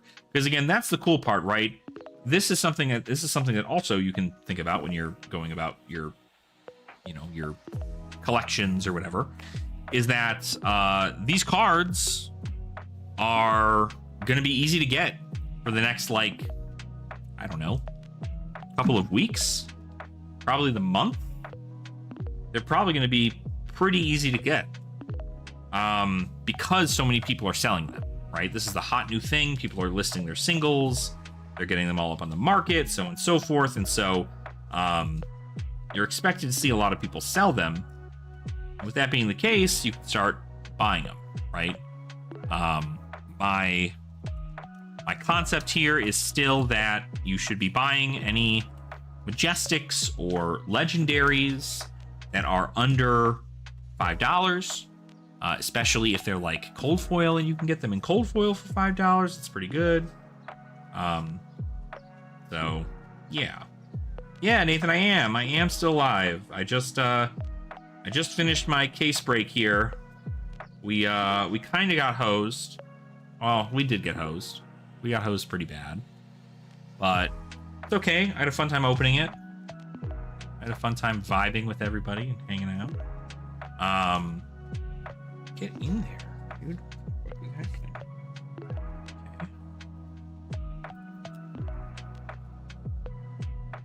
Okay. Yeah, I mean, agreed. I think anything cold foil is great stuff too. Just because it's only a matter of time, right? It's only a matter of time before you're going to an event and you're like, I want to play this meta thing. Or maybe you really resonate with a hero and you want to see how well they do.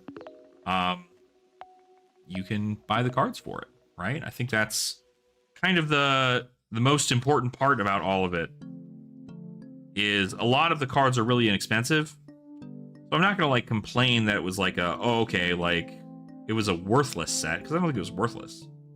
What I do think it is, though, is not premium. I do not think anything about this set is premium. I don't know how they expect people to pay. And you know what the worst part about this is? Genuinely, actually.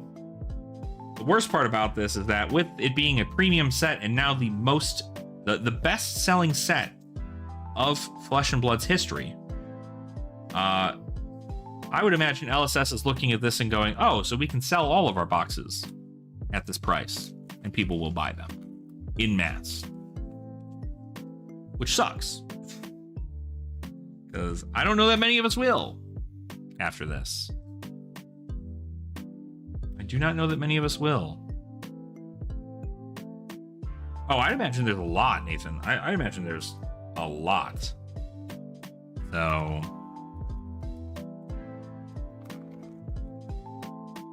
I don't even think it's premium because of the reprints. Like, you know how much this card is right now? This rounds on me. We look up the antiquity pack. Let's do this together. It's a family.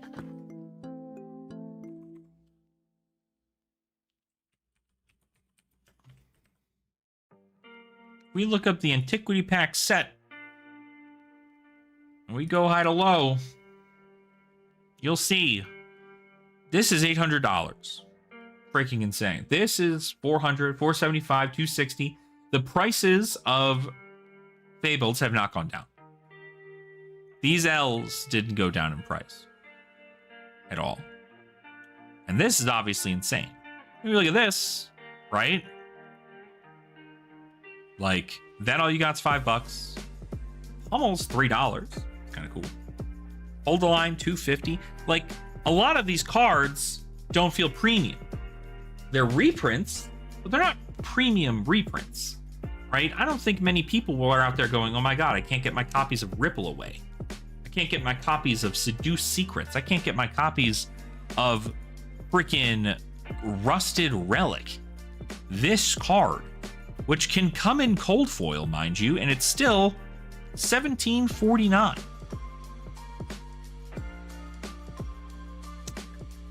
Like, it's just kind of bad. Like, it feels bad that it is the way that it is here. And I understand that this is not meant to be this, like, whole, okay, so I spent $140. I should be getting $140. Yeah, Cosmic. I mean, yeah, it's definitely better to get singles. I always just tend to buy, like, a case or two to, like, get my feet wet, and then just buy singles for the remaining stuff. Because at the end of the day, this stuff is going to be, like, right now it's heavy on the market. But they said they're not going to reprint the set. And they said that they're going to hold off on reprints for quite a while. So I don't know what that really means.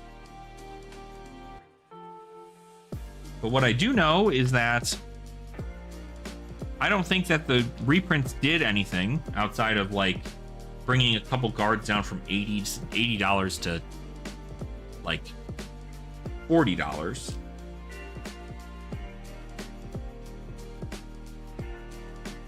But we'll see, right? Let's check it out together as a family once I'm done sleeving these. Once I'm done sleeving these cards here.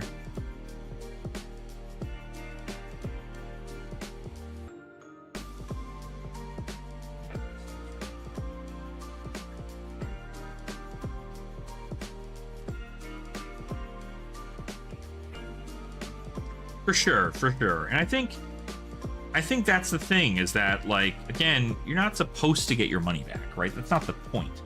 The point isn't to get your money back. But the fact that, like, again, I think a lot of what happened with Compendium of Rathe, both the Silver Age Precon decks as well as the set itself of Silver, or of Compendium of Rathe, is the fact that so many of your cards were supposed to be a premium set, right? You know, you consider something like a cold foil M equipment piece like this should be at least worth something, right? A cold foil M. You'd think it'd be worth something. This is a higher rarity card in a cold foil printing. Odds of you getting it pretty low. But it's not actually good, for one. For two, it's not worth it.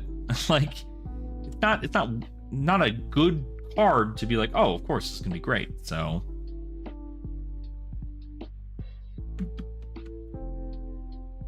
oh, absolutely. Oh, because that's the thing, right? Is that at the end of the day, Flesh and Blood is made for players, right? So the cards that you get often tend to be very good for play, but I feel like there are certainly things that feel worse about it, right? This is exactly how it was like that. Oh, for sure. I mentioned that earlier in the stream here, Nathan, in which, like, I still think that out of the cards that you have access to, right? I mean, you still have so many different options, and you almost are never getting the same M twice. Like, it's very rare for you to get the same M or cold foil twice. Because at the end of the day, there's so many different options available for them. But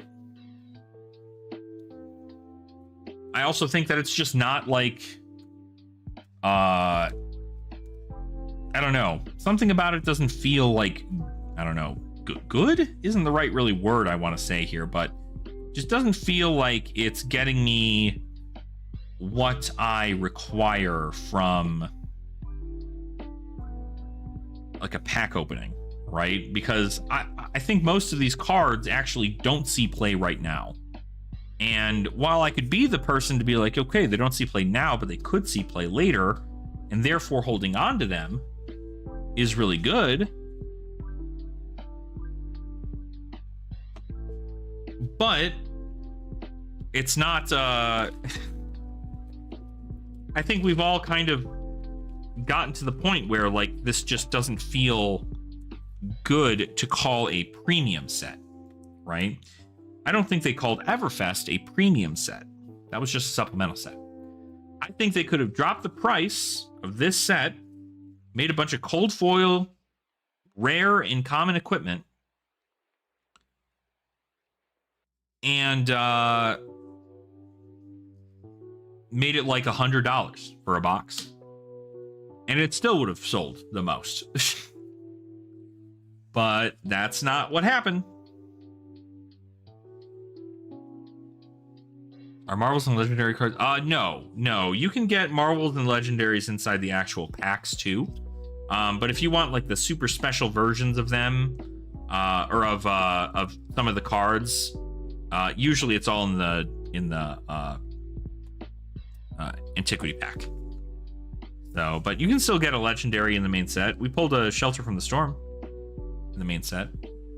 You can still get like a Tunic in the main set.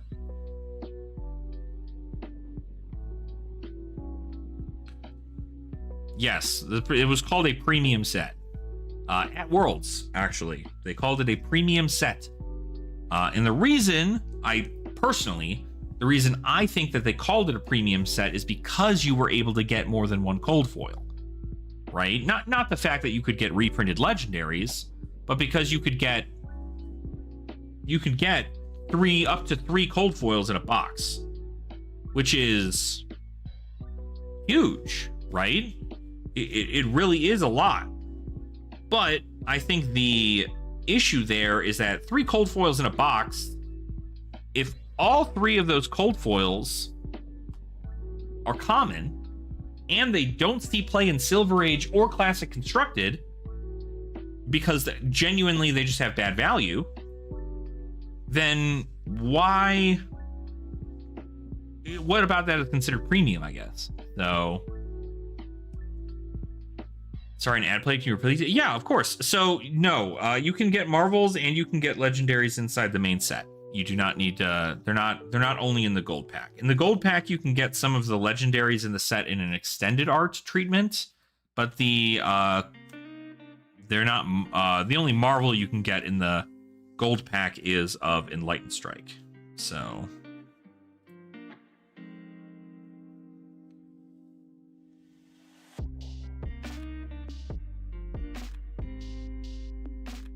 Yeah, I think it's just like,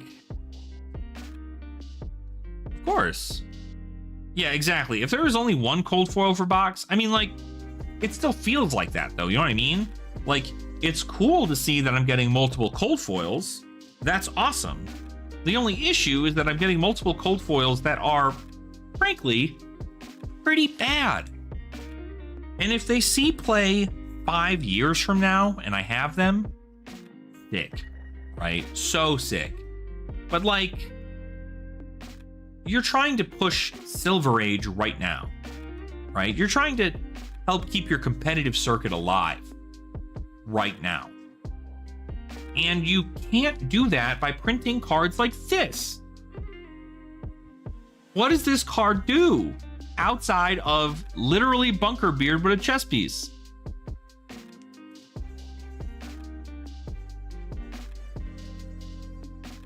Like, nobody was already playing Bunker Beard. People were practically throwing away their gold foil Bunker Beards when they won them. Now you're telling me there's a Bunker Beard chess piece? For what reason? For what reason are we doing that? Just doesn't seem to be one. Does not seem to be a reason for that.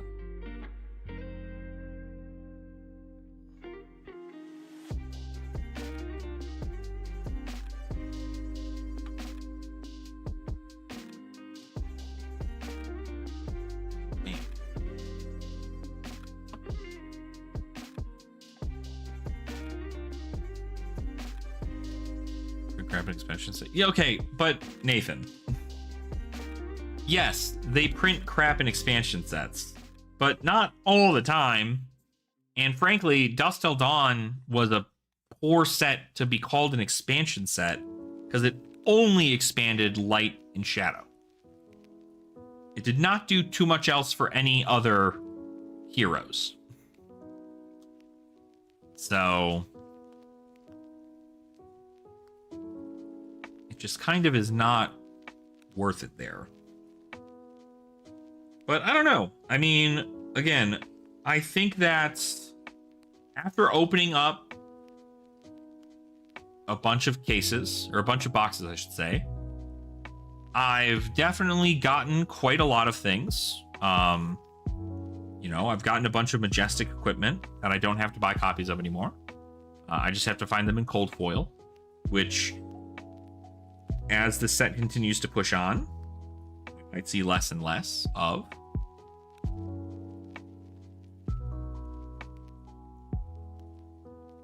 So I think there's a world in which it is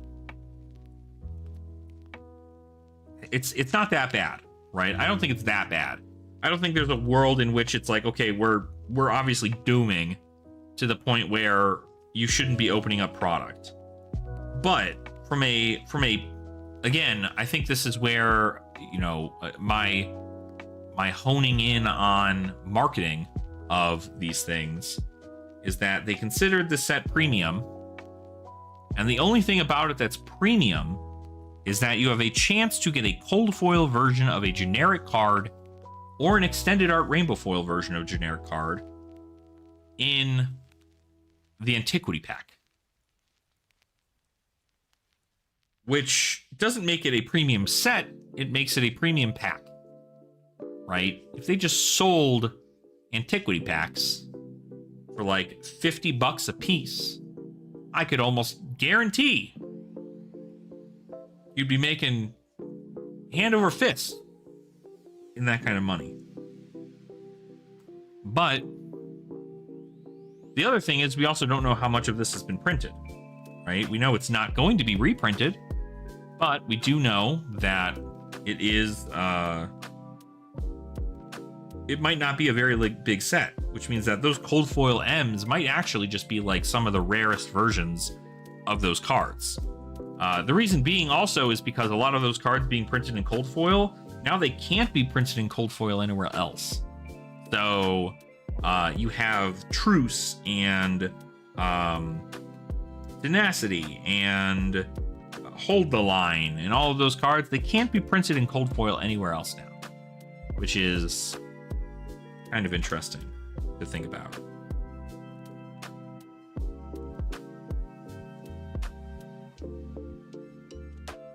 Yeah. The cards we got in the set will be playable. Yeah, I think a lot of the stuff is definitely due to be like more for the future, because that's what an expansion set also can accomplish, is that. But I don't know.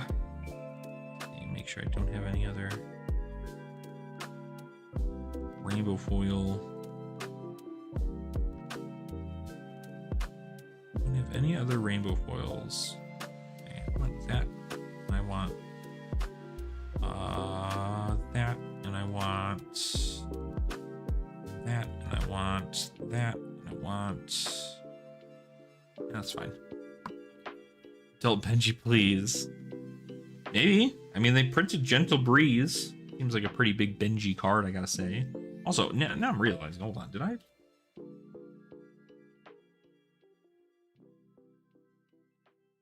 Okay. I don't know why I was just like, is the Gentle Breeze the extended art? No. It's not. Wish there was a marker on the card that showed it was cold foil because I cannot tell the difference. You can't? I'll show you. Here. So you can tell when a card is cold foil strictly by, this is a perfect example here, these two cards. You'll see that with this card, got a rainbow foil shine to the picture, right? Just the picture alone.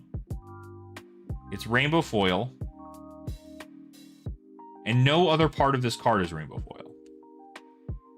The cold foils, on the other hand, you'll see it's like a foiling on the actual edge. And it kind of looks like steel.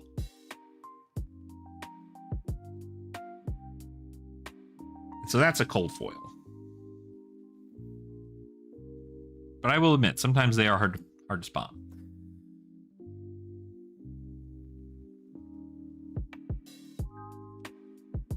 Yeah, I mean, yeah, I think it would be fine too. Wouldn't be the worst thing to do, right? Yeah, the Graven gloves do look really good. Now I'm just missing the Graven cowl in cold foil, and I think I'm all set with those. I think that's everything. So, golly. Well, it was fun while it lasted. I had a good time opening it. A little off topic. That's not off topic. What's the vibe for CC meta post pen? You're either playing Fi, Acilio, Marionette, Jarl, Kasai, probably, I don't know, Victor, maybe. But I think Gravy Bones is going to have a hard time. New rare Necro Chest piece of gold. Ooh, that is nice, Cosmic. I mean, I like a lot of the cold foil, like, cards. I don't think there's one that I don't like. I've not built RKO yet. I'm moving into playing RKO. I haven't built them in CC yet. I can build them in Sage super easy, but I haven't built them in CC yet.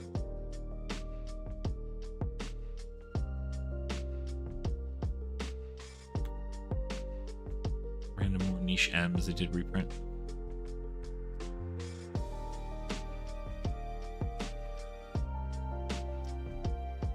RKO. I mean, RKO is sick. That hero is cool as hell. And now you get like Chains of Brutality, Line Crossers. Like, I feel like that hero is kind of insane. The only downfall is you're playing a brute, so you brick like no other for some reason. But yeah, no, I mean, I think for what the set did as far as bringing the prices of cards down is pretty good. More specifically though, for like some of these M's that you find in the antiquity packs. But that's because they're non-foil. You can get them in cold foil, so they're effectively a miss for a lot of people. But you have to buy a whole box in order for you to get one.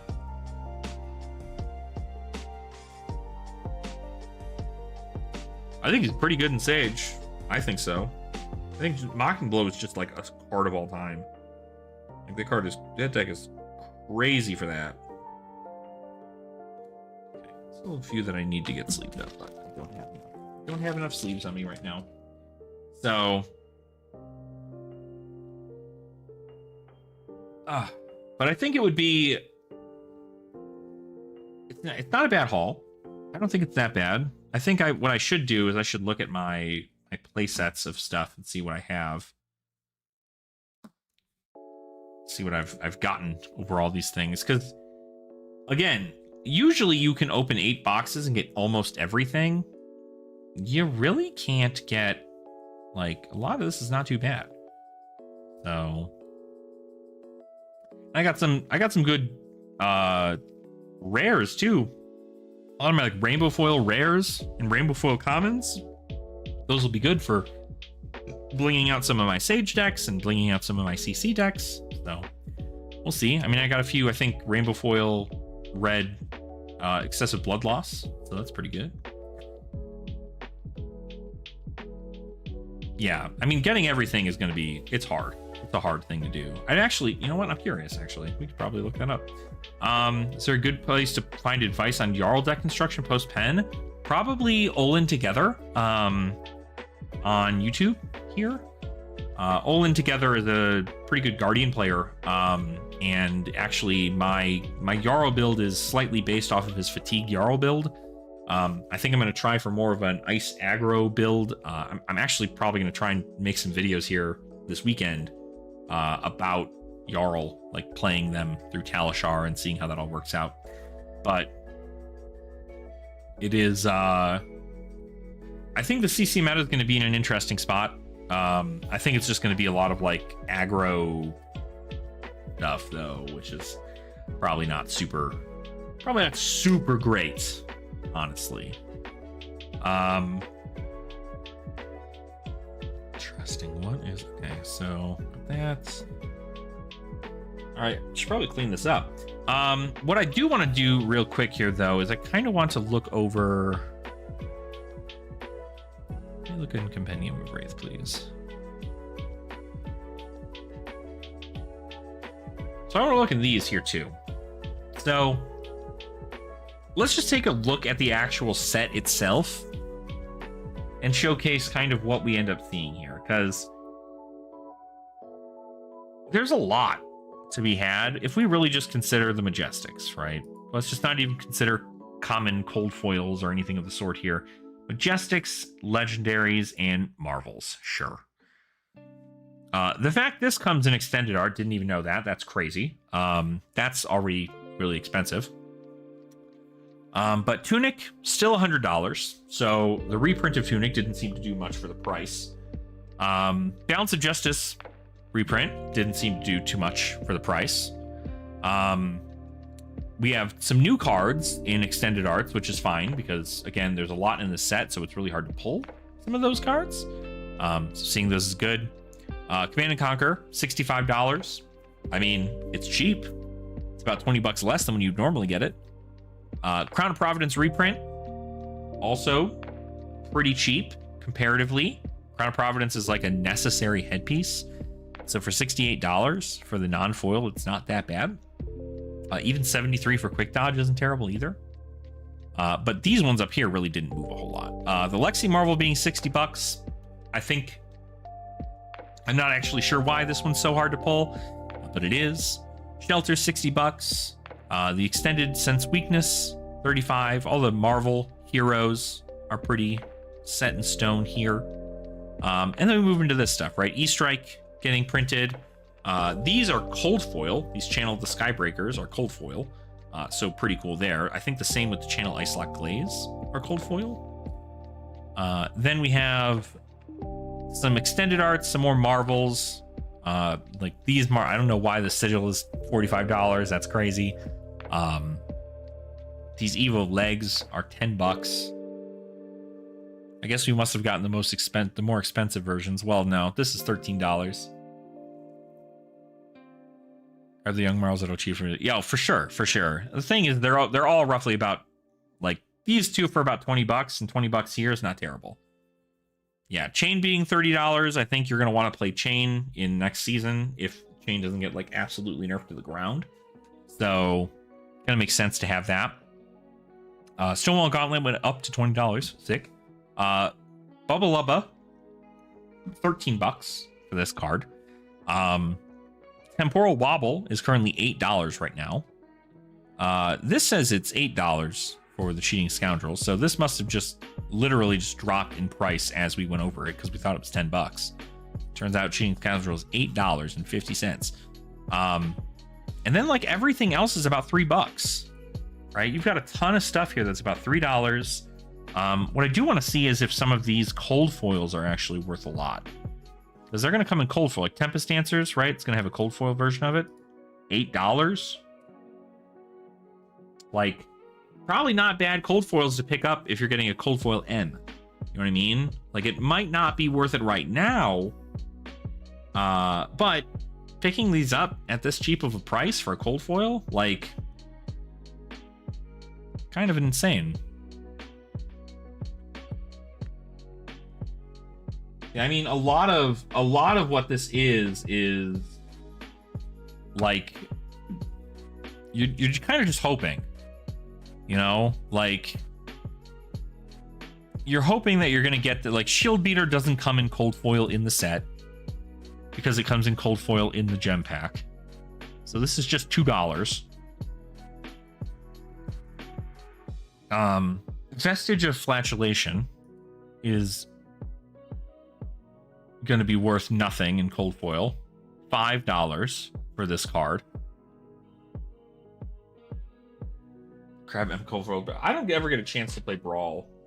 I need to get them just so I can get them, like, just because they're that cheap, you know. If I'm going to try and do something like master set this thing, I'm going to need to do that. So, but yeah, like Gloves of Azure Waves, $1.50 for this, except the cold foil is what, $4 for an M equipment piece? Like, sure, like M equipment piece is already like kind of hard to pull half the time, but the fact you're able to get them in cold foil is pretty good. Dynastic Diadem, this card in cold foil is probably not worth a lot. Okay, it's worth $15. That's actually pretty good. Probably because it's got the waifu tax on it. So, but Crown of Frozen Thoughts probably isn't $15, right? $8.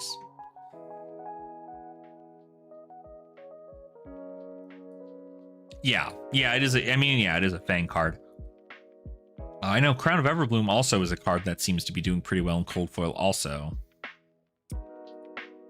But yeah, you'll see like so many of these cards are cheap. Super cheap. What was that last card? Tiger Green Reflex? The Tiger Trap. Tiger Trap, Rainbow Foil. I'm sure Rainbow Foil Tiger Traps have got to be going for like pennies on the dollar. Yeah. 45 cents for a Rainbow Foil M, only because this is specifically for like LL. Like, not going to get a lot of value there. Exactly. That is correct, Cosmic. Yeah, you if you have the opportunity to buy a lot of these in cold foil, like Savage Claw in cold foil, you know, this card is not going to be not very good right now. Oh no, Savage Claw in cold foil comes in the gem pack, so that's not going to be in there. But Lunar Mirage, like Bone Puppetry, Touch of Reality, Graven Gaslight is an EA in the gem pack. Cold foil, $5.68 for some Necromancer equipment.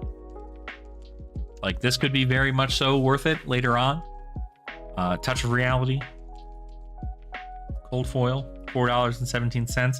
And you only need one copy, you know? So it was already designed. I mean, only like 3 cards are like pretty big LL things. I don't know that so much of it is that way. But, I mean, this is kind of an insane thing. What does Cold Foil Amnesia go for? Probably like $70. $60, that makes sense.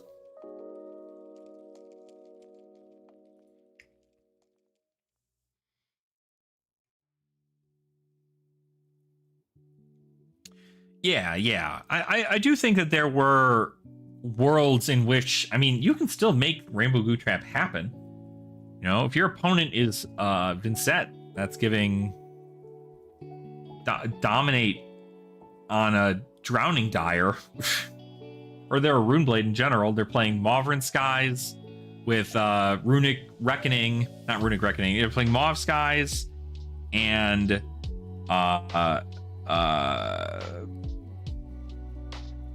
Oath of the Arknight, and then they attack with a Drowning Dire. That's all the things that hits Rainbow Goo Trap. Drowning Dire. That card says Dominate on it. That card says Dominate.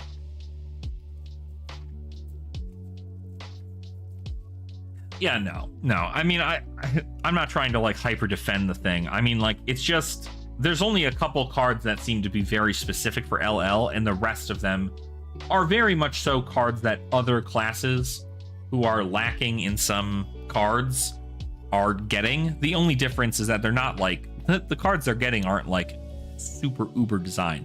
That's kind of crazy. Hello? $30 for a cold foil cut through the facade? Y'all need to fucking pick those up. Yeah, Valhalla Riven is amazing.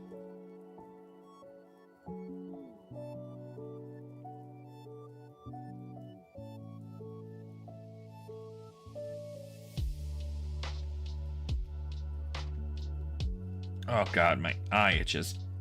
So yeah, so I think that overall the set seems to be, again, when it comes down to it, like, and also let's just be freaking honest, right? Like, for why does this exist?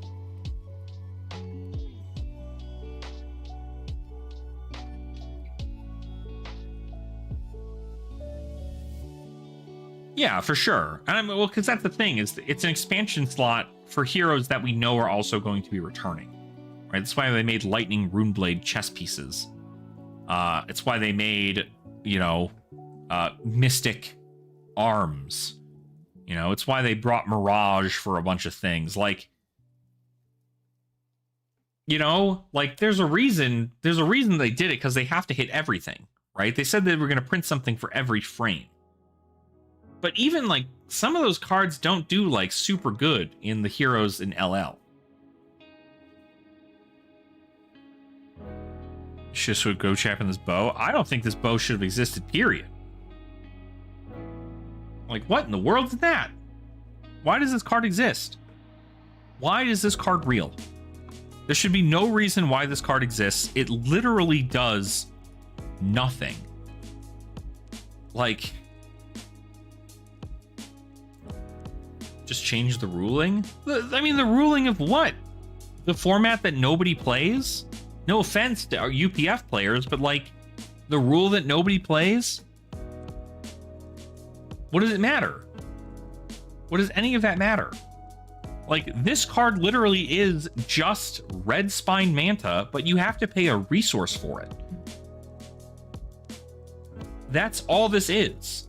Nothing about this changes. This is literally just Red Spine Manta, but you have to pay a resource. The same card. It's the same card.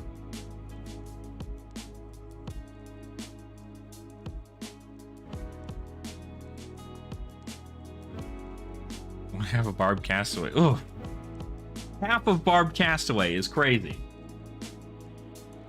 And I don't think it being an instant is relevant.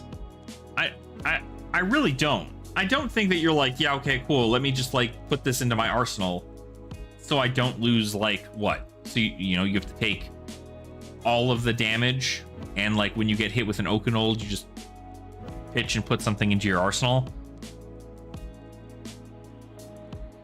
Like, I don't know that it's worth it.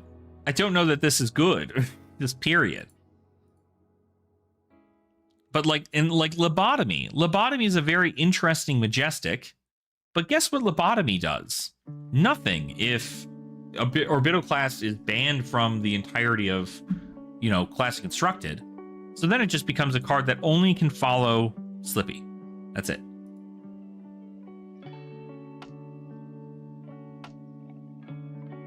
It is. It genuinely is. It genuinely is one of the worst cards ever printed. Not Lobotomy. Farlight Bow. Farlight Bow. Lobotomy's okay, but Farlight Bow sucks. It's so bad. But at the end of the day, like, you know, they can't stop what they made.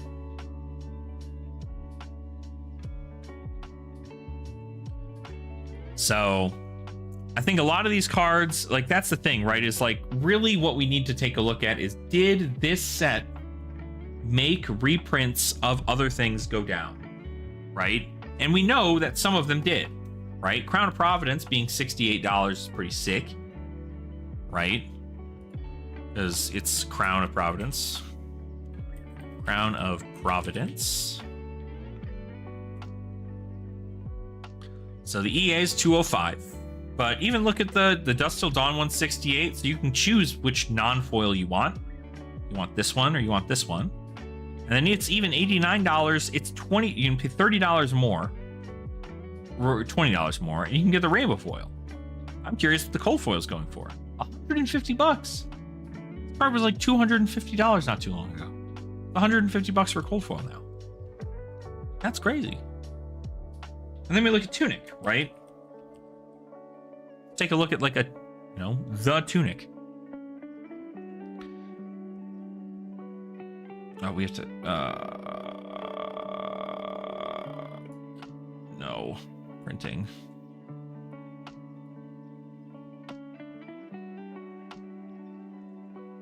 Okay, hold on.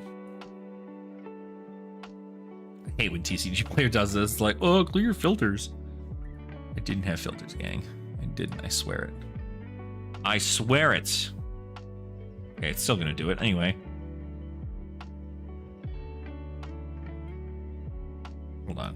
I'm just gonna go do this. Do.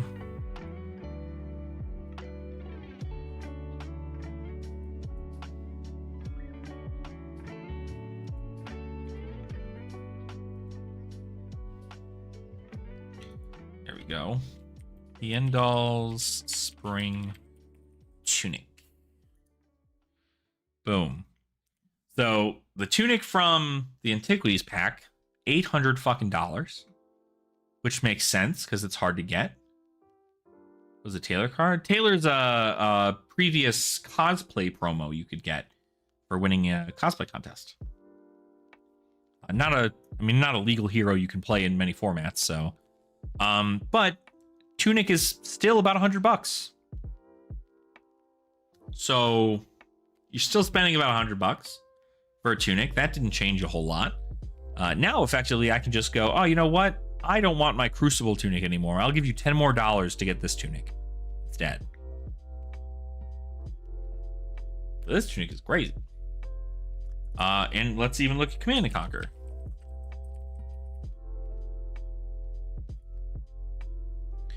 Command and Conquer. Why isn't it showing the EA Command and Conquers? Maybe it's just Command and Conquer. Probably what I need to do. Yeah, this makes more sense.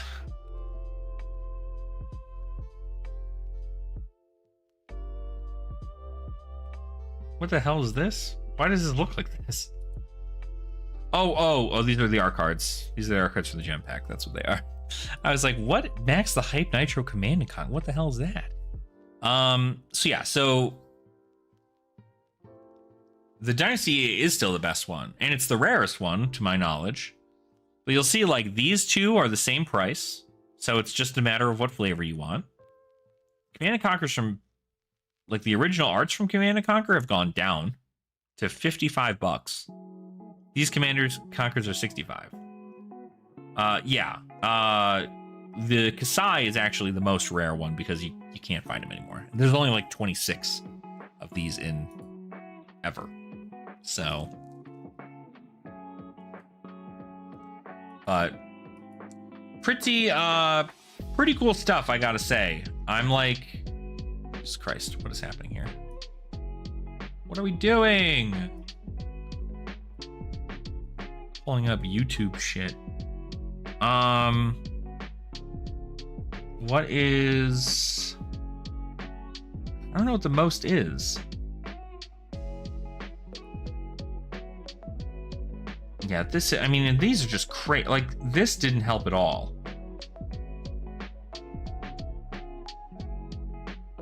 As a Magic player merging back into Fab, what should I prioritize buying then? I don't know. I guess it depends on what you don't have. Something I always suggest is you should find a class that you want to play. Proceed to buy pretty much every Majestic and Legendary that you can possibly afford to buy for that class. And then work on getting, like, some generics. So, like, Pummel, Snatches, Sink Belows, Fate for Scenes, the works there. And then you can start working on some of those, like, other cards, right? If you have a budget, like a good budget for this, you could start by buying things like Final Spring Tunic, or you can buy Crown of Providence, or you can buy Command and Conquers, or your weakest links, or anything of the sort there. So odds are if you have the amount to put in there, and you want to put as much kind of time and effort into playing this competitively, buy some of the more powerful Majestic generics and Legendary generics, and then start looking at the class you want to play. So that's like, you want to play Guardian, right? If you want to play Guardian, you're going to want to just, like, go through all the Guardian cards and find the ones that you want to use for your hero, right? Because if you want to play Jarl, you're going to need Ice and Earth and Ice Earth and Guardian and generic cards. Whereas if you want to play Victor, you just need Guardian cards and generic cards. So a talented hero costs a bit more because you have to, well, not always, but mainly because you have to, like, get cards of that talent. But those have also dropped in price significantly since. So, yeah. want to play Assassin, but don't like Mario, so I don't know what to do. You can play Arachne Huntsman, right? You can play Huntsman. You can play Slippy. Slippy plays a little bit more aggressively than most, so might be something to check out there.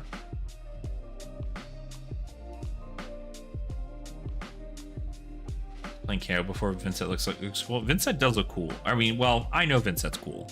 I played Vincent. I still have all the cards for Vincent. She's also the only Rune Blade in the format currently. So, or in Classic Constructed at least. So, there's definitely a lot there. But, hold on. Fix my damn. Get out of here. Get out of here with this. Can't grasp my head around Huntsman, I swear. Well, Huntsman's, I don't know. I think Huntsman's pretty simplistic. Take a look at one of the videos I made on my channel. I just recently made a bunch of Huntsman videos talking about all that. So, but I'm not going to be on Huntsman this season because Huntsman's going to be too hard for me to make happen. So, I think we are instead going to be. Oh God, excuse me. We're going to be moving to Jarl, doing some Jarl stuff there, and that'll be fun. I forgot I had a Dr. Pepper. Let's go. Great. Hold on one sec. I got to check something.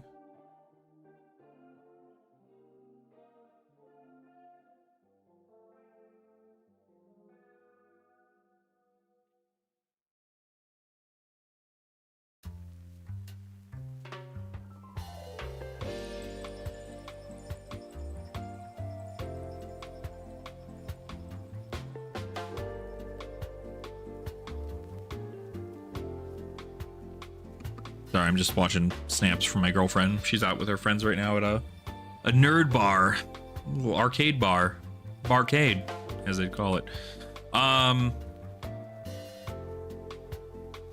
yeah, I think as far as what you would consider Compendium of Rathe, I don't know that it's worth calling it a premier set. Do I think it's a set that certainly will go up in price over the course of time? Yes.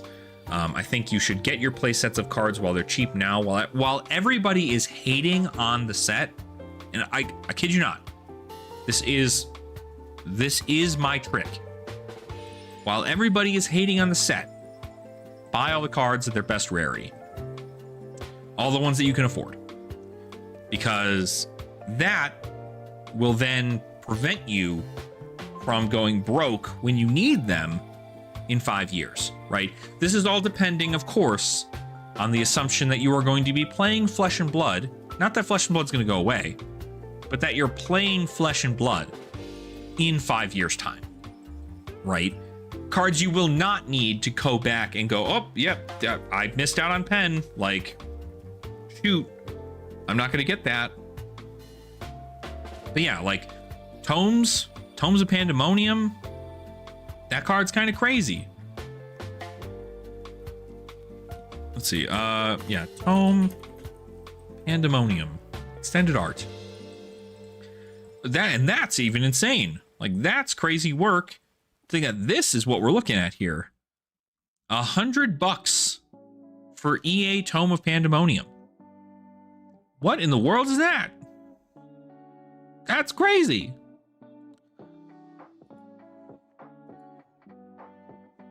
Yeah. Is Slippy a good deck to play? I think Slippy is pretty good to play. Slippy is pretty intricate, I think, in their way. Like, you have to sequence a lot of stuff pretty well, but it's kind of nice being able to send, like, a disruptive attack, and your opponent has to determine whether or not you're going to pump that attack up to a bunch of damage, or if you're going to send your next stealth attack and then up that amount. Slippy also has a armory deck, which is pretty good for new players, or anybody who's at least like trying to get into Assassin even. Quite a lot of good cards in there. So, but yeah, Tome's gonna be pretty cool. Yeah, EA Tome though is $100. That shit's crazy. Holy cow. You know what else I have not seen? Mind over... No. Is it Mind or Magic? No, Mind meets Might. Meets Might. Yeah, that's the other thing for this. Mind Meets Might, there's not a EA listed anywhere. I've pulled an EA of Mind Meets Might, and that card's gonna go for a lot of money. Card's gonna be a lot. Illusionist cards go for a lot of money. Or is it, oh, is it always gonna be that? You know, I should check to see if the, what do you call it? The, goddamn collector center's up for this thing. It's not. Collector Center is not up for this yet, so interesting. But yeah, so I think the worst part is that I think the worst part genuinely about all of this, outside of the fact, like, obviously I got a lot of cards I did not own previously. I could have spent all of the money that I spent on boxes of Compendium of Rathe on 3 Fables. And I would have gotten things that genuinely were like effective cards to put inside a deck, right? So, but of course, you know, sometimes you gotta gamble a little bit. Sometimes, you know, I luckily I'm in a position where I can do that. And worst case scenario, I got a whole bunch of extra cards that people are gonna want for their own sets. And I'm just gonna go ahead and get my own, like, you know, play sets going for cards and getting all that taken care of, and then we'll be in a good spot. So I'm not too worried, but I do need to just make sure that everything is all kind of not, I need to make sure that it's from this point forward, right after I'm done opening my sealed product, it's just singles from that point forward. So just buy singles for the next one. I don't have so many good staples like CNC Strike. Yeah, like it's so much better, right? It's so much better, right? It's so much better just to be buying the singles, because, you know, for 1 box of Compendium of Rathe, you could get a Heart of Fyendal, right? Heart of Fyendal, I'm pretty sure, roughly, right? Maybe about $100 more. So if you wanted to get 2 boxes of, if you ever think about, oh, you know what, I could get 2 boxes of Compendium of Rathe, instead just buy Heart of Fyendal. Easiest money you'll ever make, I promise. And that card will have a ton of value over the course of things. But of course, this is only the end of week 1 of this set being out, right? We are probably due for a lot of people, a lot of stores to be cracking a whole bunch of new cards, or a whole bunch of new boxes. A whole bunch of new cards are going to enter the market. That's just kind of how it is, right? Is that fine? It could be, if you want it to be. Yeah, you know what? If you ever think about dropping $250 on sealed product, just buy a Heart of Fyendal instead. Don't put it into your 401k. Don't put it into your Roth IRA. Don't put it into any savings. Just buy a Heart of Fyendal. Easiest $250 you'll ever keep in a sleeve. Oh my god. Well, I mean, not a bad haul. I should probably go get all the rest of the stuff that I got from Compendium of Rathe and see what I have extra of, and like organize my binder, because I'm probably in a pretty okay spot as far as things are considered. I got some EA or some rainbow foil versions of some cards I'm going to put in Jarl. I got some rainbow foil versions of some stuff I'm putting in for Sage. What else? Oh my god, wait a minute, I just realized. Not that.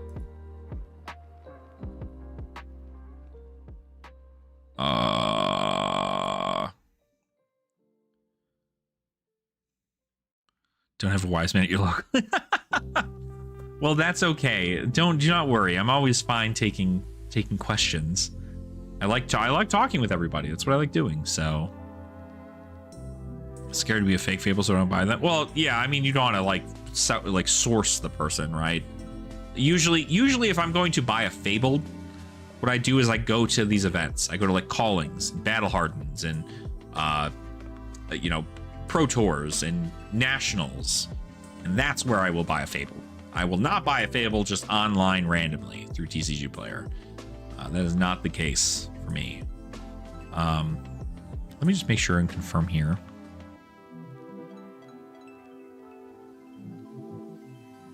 Okay. So you're telling me Haboob does come in rainbow foil in the set. Haboob. 7 cents. Whoa, chill. That's not what that looks like.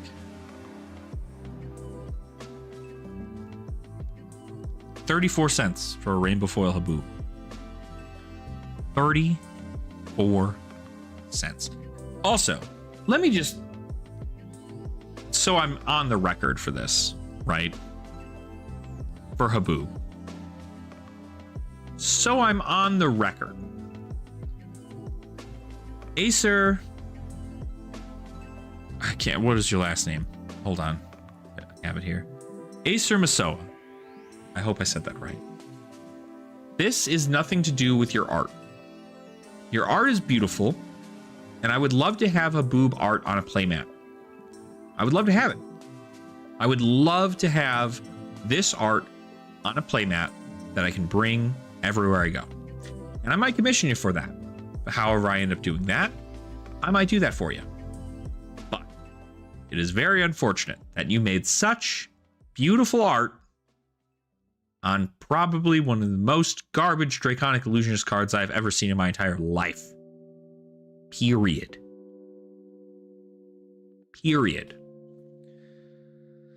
So that's just it. Maybe that's what, maybe I'll just, maybe I'll find a way to sew all of these broken Haboobs into a playmat and just keep that on there. I guess, yeah. I mean, I guess I just have to buy all the Haboob. It's insane. What a card. And that's the crazy part.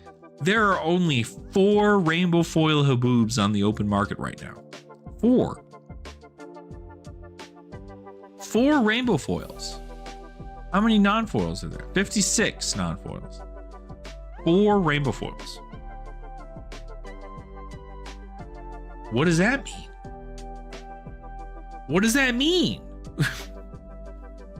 Is it hard? It's got to be a hard card to get in rainbow foil, apparently, because I've only seen it in non-foil.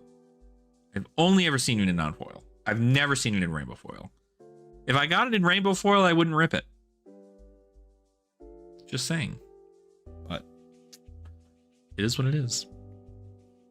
But Haboob is such a bad card. It's such a bad card. It's so bad. It's so bad. What a bad card. Dang it.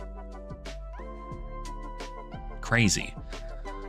But overall, I mean, I think the set's in a fine spot. I'm not gonna lie, it's not that hard to even like collect, if I'm being entirely honest. Like, I think a lot of these cards are incredibly inexpensive and are very collectible. Like all of the Young Marvels, like Kasai Centauri Sellsword at $25 a piece is kind of insane. Azalea at 34, Rhinar at 27, Fi's at 42, Dromai's a $30 card. Even the Oldham Marvel is $36. Like, I mean, if your budget is like $200 a week, you're at least getting 3 to 4 Marvels. maybe more. I guess you're getting like 8. Right? What's the math on that? 30 times 8? 8, 16, 20. No. It's more like 7. What is Lexi at? Lexi is the most expensive one at $60 right now. $60. I would only imagine the reason it is because of the Let's Fucking Go boy that's on there. Because I guess the meme is still so strong within the Flesh and Blood community that you get to just be like, oh, the full art Let's Fucking Go kid is on there. Let's go. Let's fucking go. But a lot of these cards just like incredibly inexpensive. And frankly, great pickups for what it's worth. So even if they don't see play right now, you do not need to worry about it because you'd rather get them at a cheap price. Like 95 cents for Rainbow Foil Seeker Kunai. Pretty insane. Pretty crazy. Yeah, some of these other cards are just like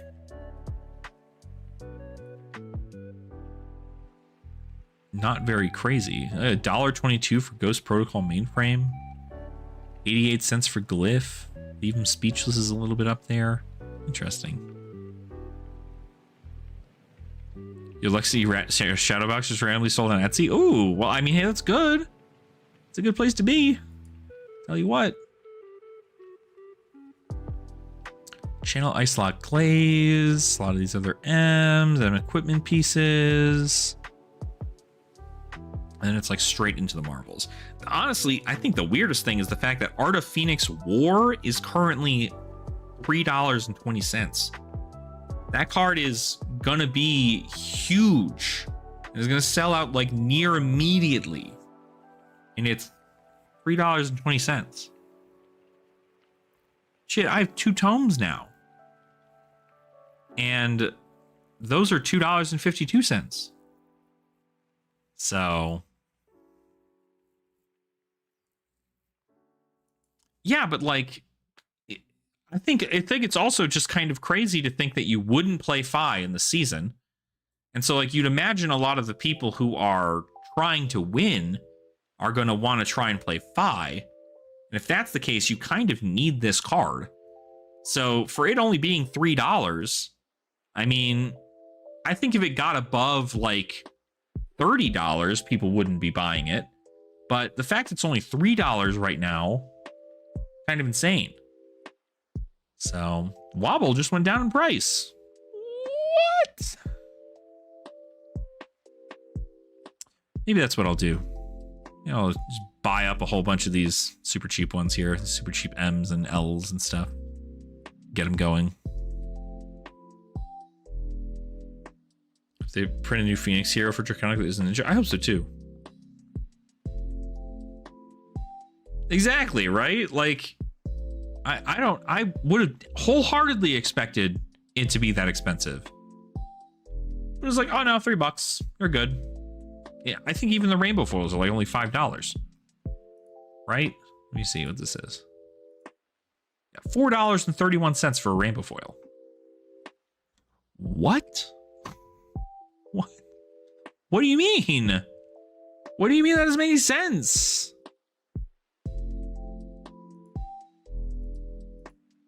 It doesn't make any sense. It's literally so crazy. Oh, absolutely. Right? And that's what I'm saying. I think that this set, when you look at it as an established player, looks like a pretty underwhelming set that you don't need to buy into right now. Which means that if people are not buying these singles as much as they would be, their prices are going to continue to go down. But I do also think that a reason why a lot of these cards have not spiked in price, these Majestics at least, have not spiked in price, is because we have not seen coverage of a classic constructed calling or a battle hardened all like ever since Pen has come out. I don't even know if there's one this week. Let me see.